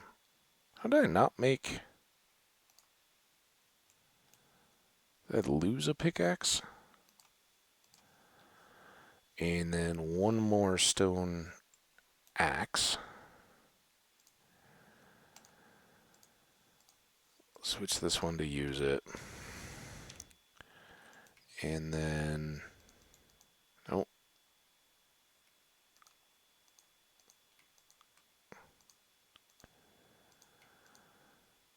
Why? Are these different somehow? Why is this all... What's going on? You guys all just behave, Cobblestone. Stop being all crazy. All right, let's go. We don't need that. We don't need that. Let's go out for a little adventure. You guys have earned it. We'll try to gather up some more food of some kind, maybe fish, um, and check out what we've got around our little hole here.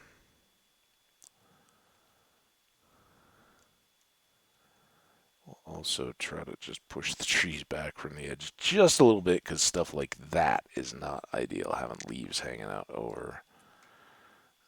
We knew that was coming soon.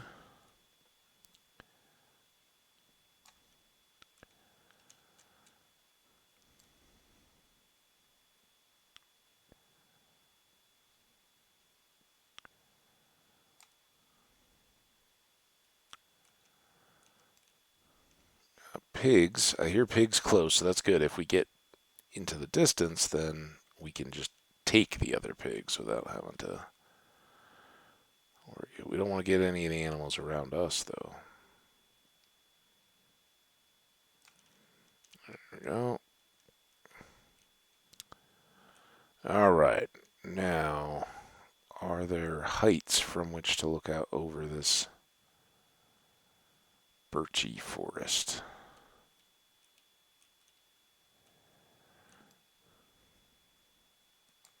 Big high lake.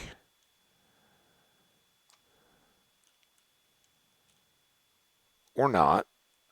Or that's like full on ocean. It feels like that's a lot higher up than the other water, but I guess it's down just a little bit. Okay. There's chickens.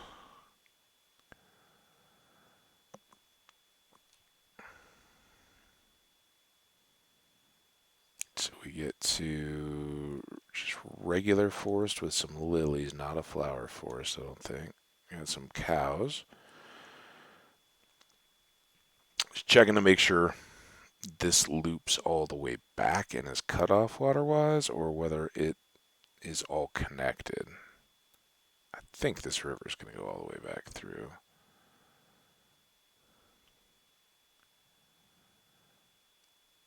Yeah. So we get out to this point. Got some pumpkins. Not really looking, as we just talked about, collecting. Not really trying to collect too much on this one. Did I put that? Oh, I do have the boat. Awesome. I don't have the bed. Get back right now. Um, well, this is all good. I like that this is a little point that we're built out into. Maybe that could all be expanded to a larger build of some kind. Oh, yeah, I think we're going to be on the birch side of that divide. More cows. So we got two sets of cows at least. A sheep.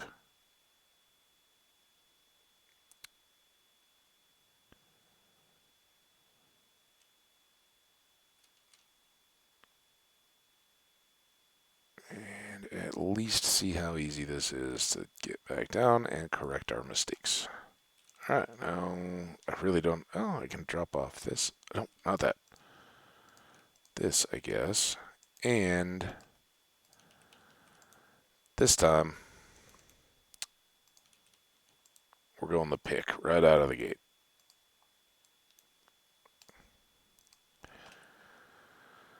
If we see anything good in our adventuring wanders, speaking of adventuring wanders,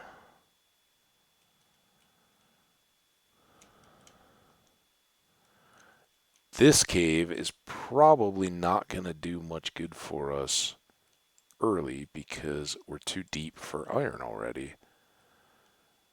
But, oh, get away, get away. Oh, there's more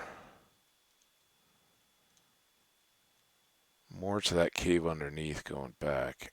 Yeah, I can't do skellies. That's gonna wreck us right now. So back up because we want to try to go find some goodies. So now, before we head out, we're gonna do that, and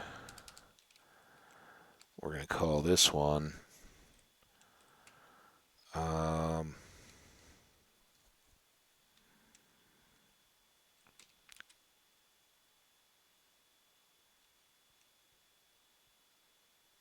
Early excavation. And this is 1693 and 974. Both positive. Alright. Now that I have my bed, I'm ready to go sleep on the beach again. Alright, so we do still have to work on getting our access, right? And I think this is probably... Oh, that's the lava. I don't know, where's the short spot?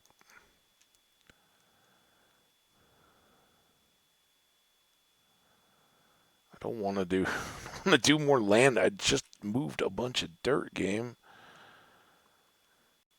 Here.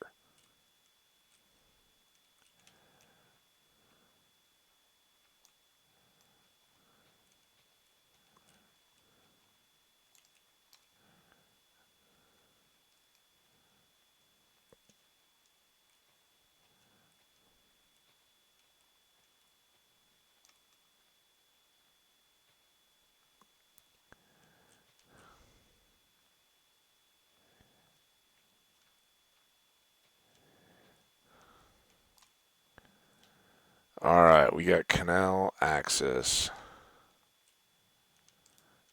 in and out of home to this ocean. Now we sail.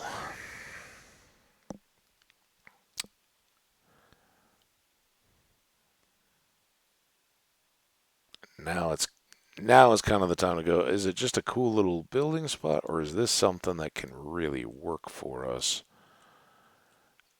as a base and home? And we don't know if this all of this land extends out, and this river is just that a river between two different seas, or if this is just a kind of an extension of the little shape of land that we have sticking out a bit further. Anywhere ship would be good. But I think after the last start, might might be another one of those where Minecraft's like, you know what? No, you get to figure things out on your own. You're not trading for shovels and tools and all that. Ugh. I've been checking the chat, but I haven't really been watching the video until we started moving. I realize how much even further beyond I think we are. Get away from that fire, horsies.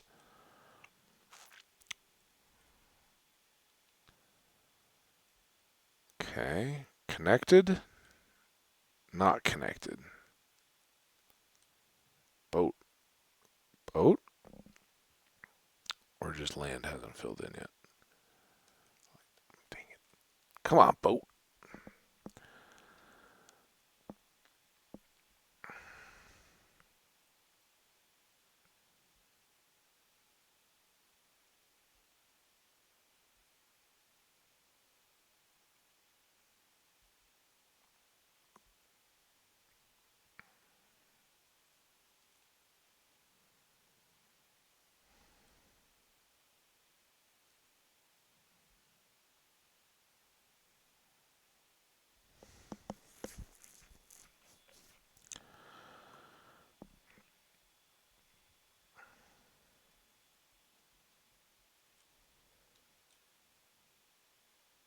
A lot of open ocean. There's maybe some. Thought I saw like some arches out that way. Could have been a structure. There's something right back over. Yeah, there's a guardian temple right there. It's kind of hidden in the weeds, right behind that kelp. So there's something in this world.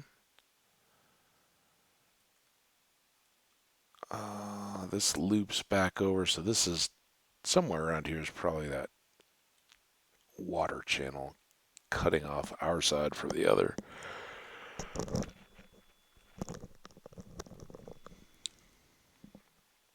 But that little canal makes this very easy to pop in and out of.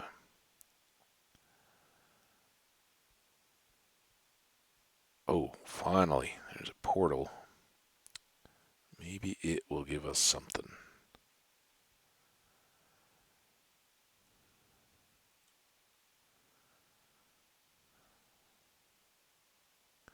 And this would be perfectly fine to boat some villagers back from to set up a trading thing and all that.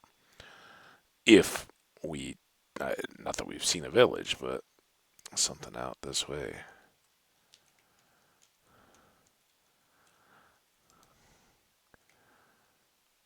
Well, that's something. Silk touch hoe, quite as good, but lots of iron, and why not? Now, I did make. We don't want that.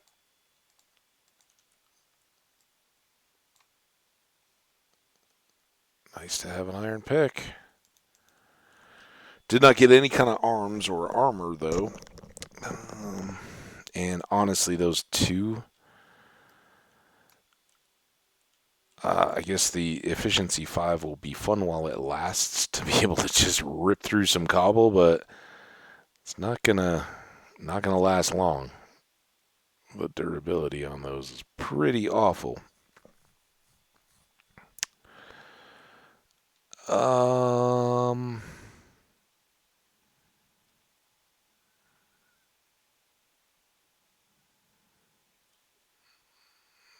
Village would be nice. Come here, village.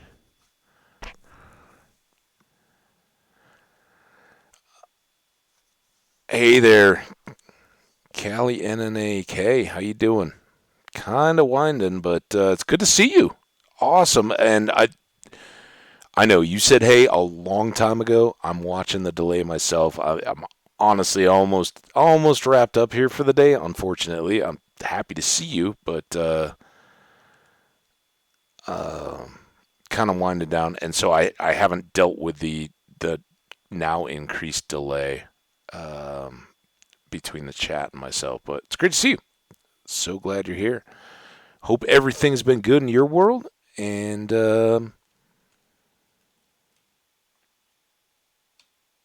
you're enjoying a little bit of summer fun. Anything good going on in the weekend?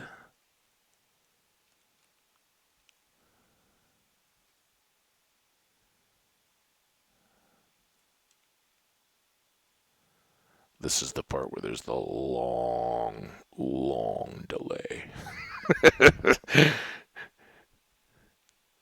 I'm cruising along, and uh, Callie or Kay doesn't even know that I've responded yet.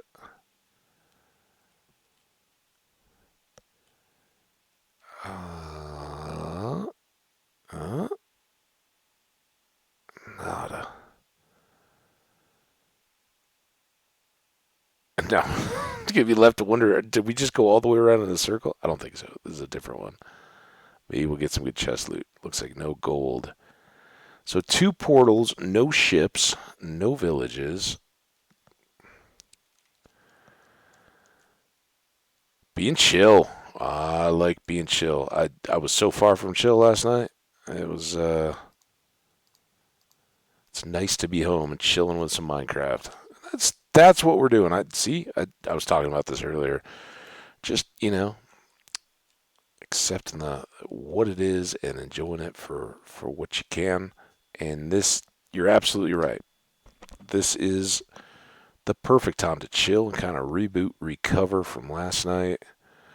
Got a big, another big day tomorrow, another evening. I mean, tomorrow day I'll be back on streaming. Okay, I don't know if you got work, school, any of that kind of stuff, but I will have a kind of midday regular stream going on again, and then heading out to catch the in stadium watch party tomorrow for the game 3 of the hockey final.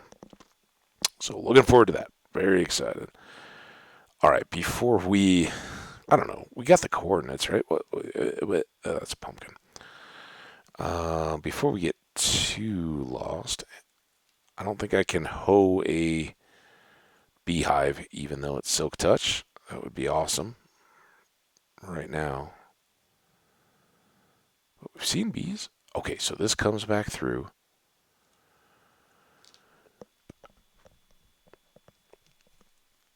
Or like, excuse me for a moment, boat. I gotta leave you.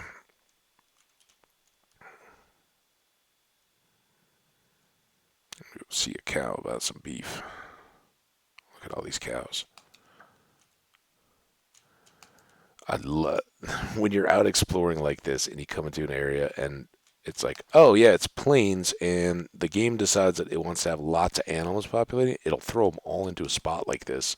So you really got two clusters of cows and a cluster of horses, and there were some chickens in there. Now this, I mean, I may come to regret it someday, but we're pretty far from home, so I'm just going to take all these cows, give more chance to the other animals. And then we've got some lava up here. Is that more cows over there, or were those horses? So, but yeah, glad to have you around. It's awesome, and I'm really just living in a dream world. This uh, people have been awesome to the channel, even though I've been sporadic and short duration vids. People have been coming by and saying hi. There's been lots of views. Oh, there it is. Not fully built in, but we can see some roof triangles. And there's some jungle. Now we came back this way. I think home is that way. Where are we at now?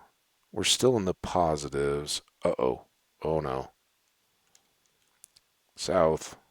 Oh yeah, we're going. We're totally lost. It'll be fine. It's all gonna be fine, guys. Don't worry about it at all. We're not gonna be totally lost here as we wrap up the stream. We are, but we're gonna get these cows, and I will probably wrap up, and then we will start tomorrow with the village. See what those guys have in store for us as we reset and rebuild from a tragic loss of the world I absolutely was in love with. Very Small Rocks, dead and gone, and it was awesome right up until that creeper came along and ruined it for us. But I think to make sure I don't forget it, I'll grab the boat and we'll just hang out right here, sniffing these flowers, getting our allergies all worked up, and just appreciating being here. Well, hey man, I got you. Either way, you're cool. I'm glad I was here enough time to say hi. And I wish I was going for another couple hours, but Father's Day I got to catch up with my dad and do all that good stuff. So thanks so much for coming by. Hope you're. It looks like everything's pretty good. Just chilling if you are. And I'm sorry about the problems with the laptop. Hope those get sorted out. But yeah, just more informationally for you and anybody catching the VODs. U.S. Mountain Time. I don't know exactly when yet, but I would hazard a guess of 9 or 10ish U.S. Mountain Time, starting and going for 4, maybe 5. We'll see. It'll really depend if others want to head down into Denver early tomorrow, but it's a work day. People that have traditional, normal working hours, it's a work day tomorrow. So that may be not as common. Some folks may want to though, and like I said, making memories just like last night. I'm not going to walk away from those opportunities. it's been good so far, and so we'll just try to move this stuff forward, and that's why we'll get in four one way or another, but going beyond that, at least in the coming days may be tough. But hey, Callie, awesome to have you. Thanks so much.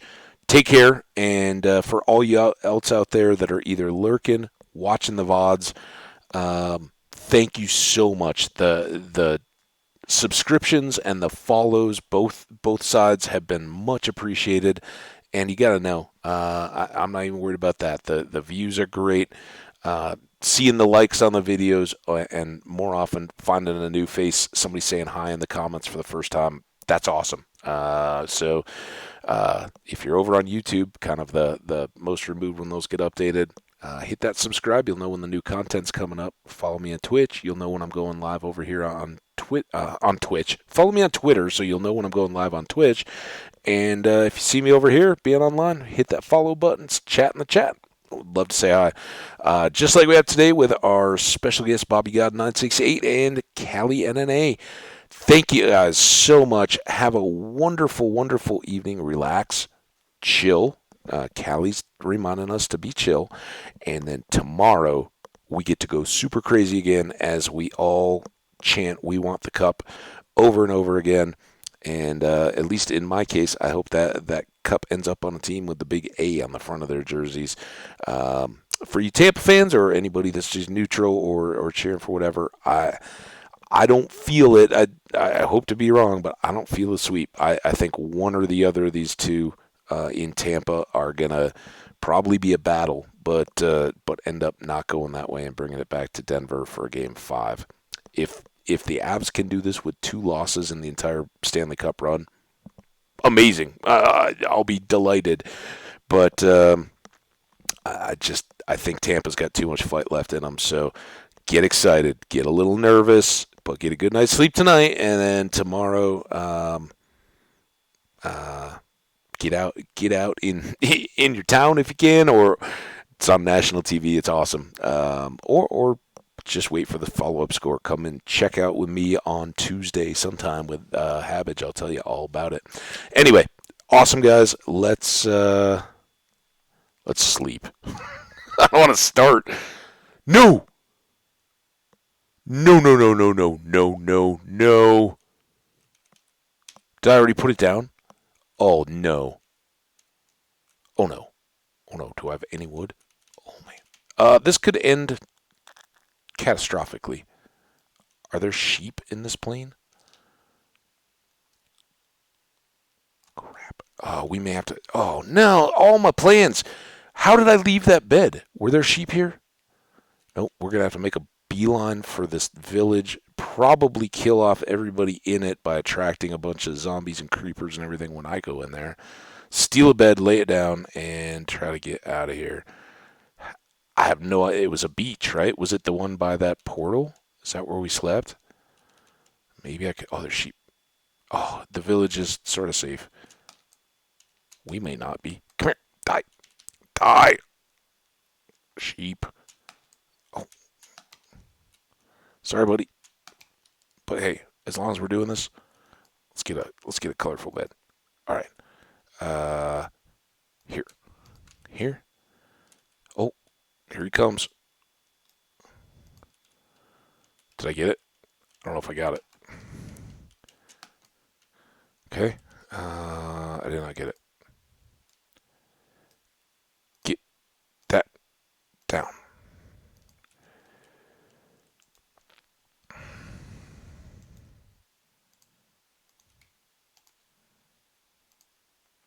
Oh, I'm so nervous. Okay. Nope, it's not yellow wool. I gotta get better about not forgetting my beds.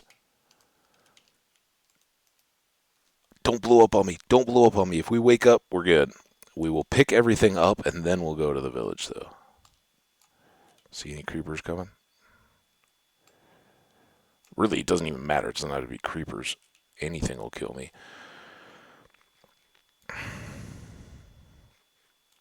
All right. That's where we head in tomorrow's stream, guys. No. hold on. I see those guys burning up over there, and I'm like, you know what? I need to make sure we're not going to be starting by dying. There. All right, we look safe. Got a clear field of vision. I don't see any burning mobs coming at us. There's the village. We will go there and check it out tomorrow. Um, Again, thank you all. We already said it all. I won't belabor it, but let's go Avs. And you guys are awesome. See you next time. Take care, everybody. Bye.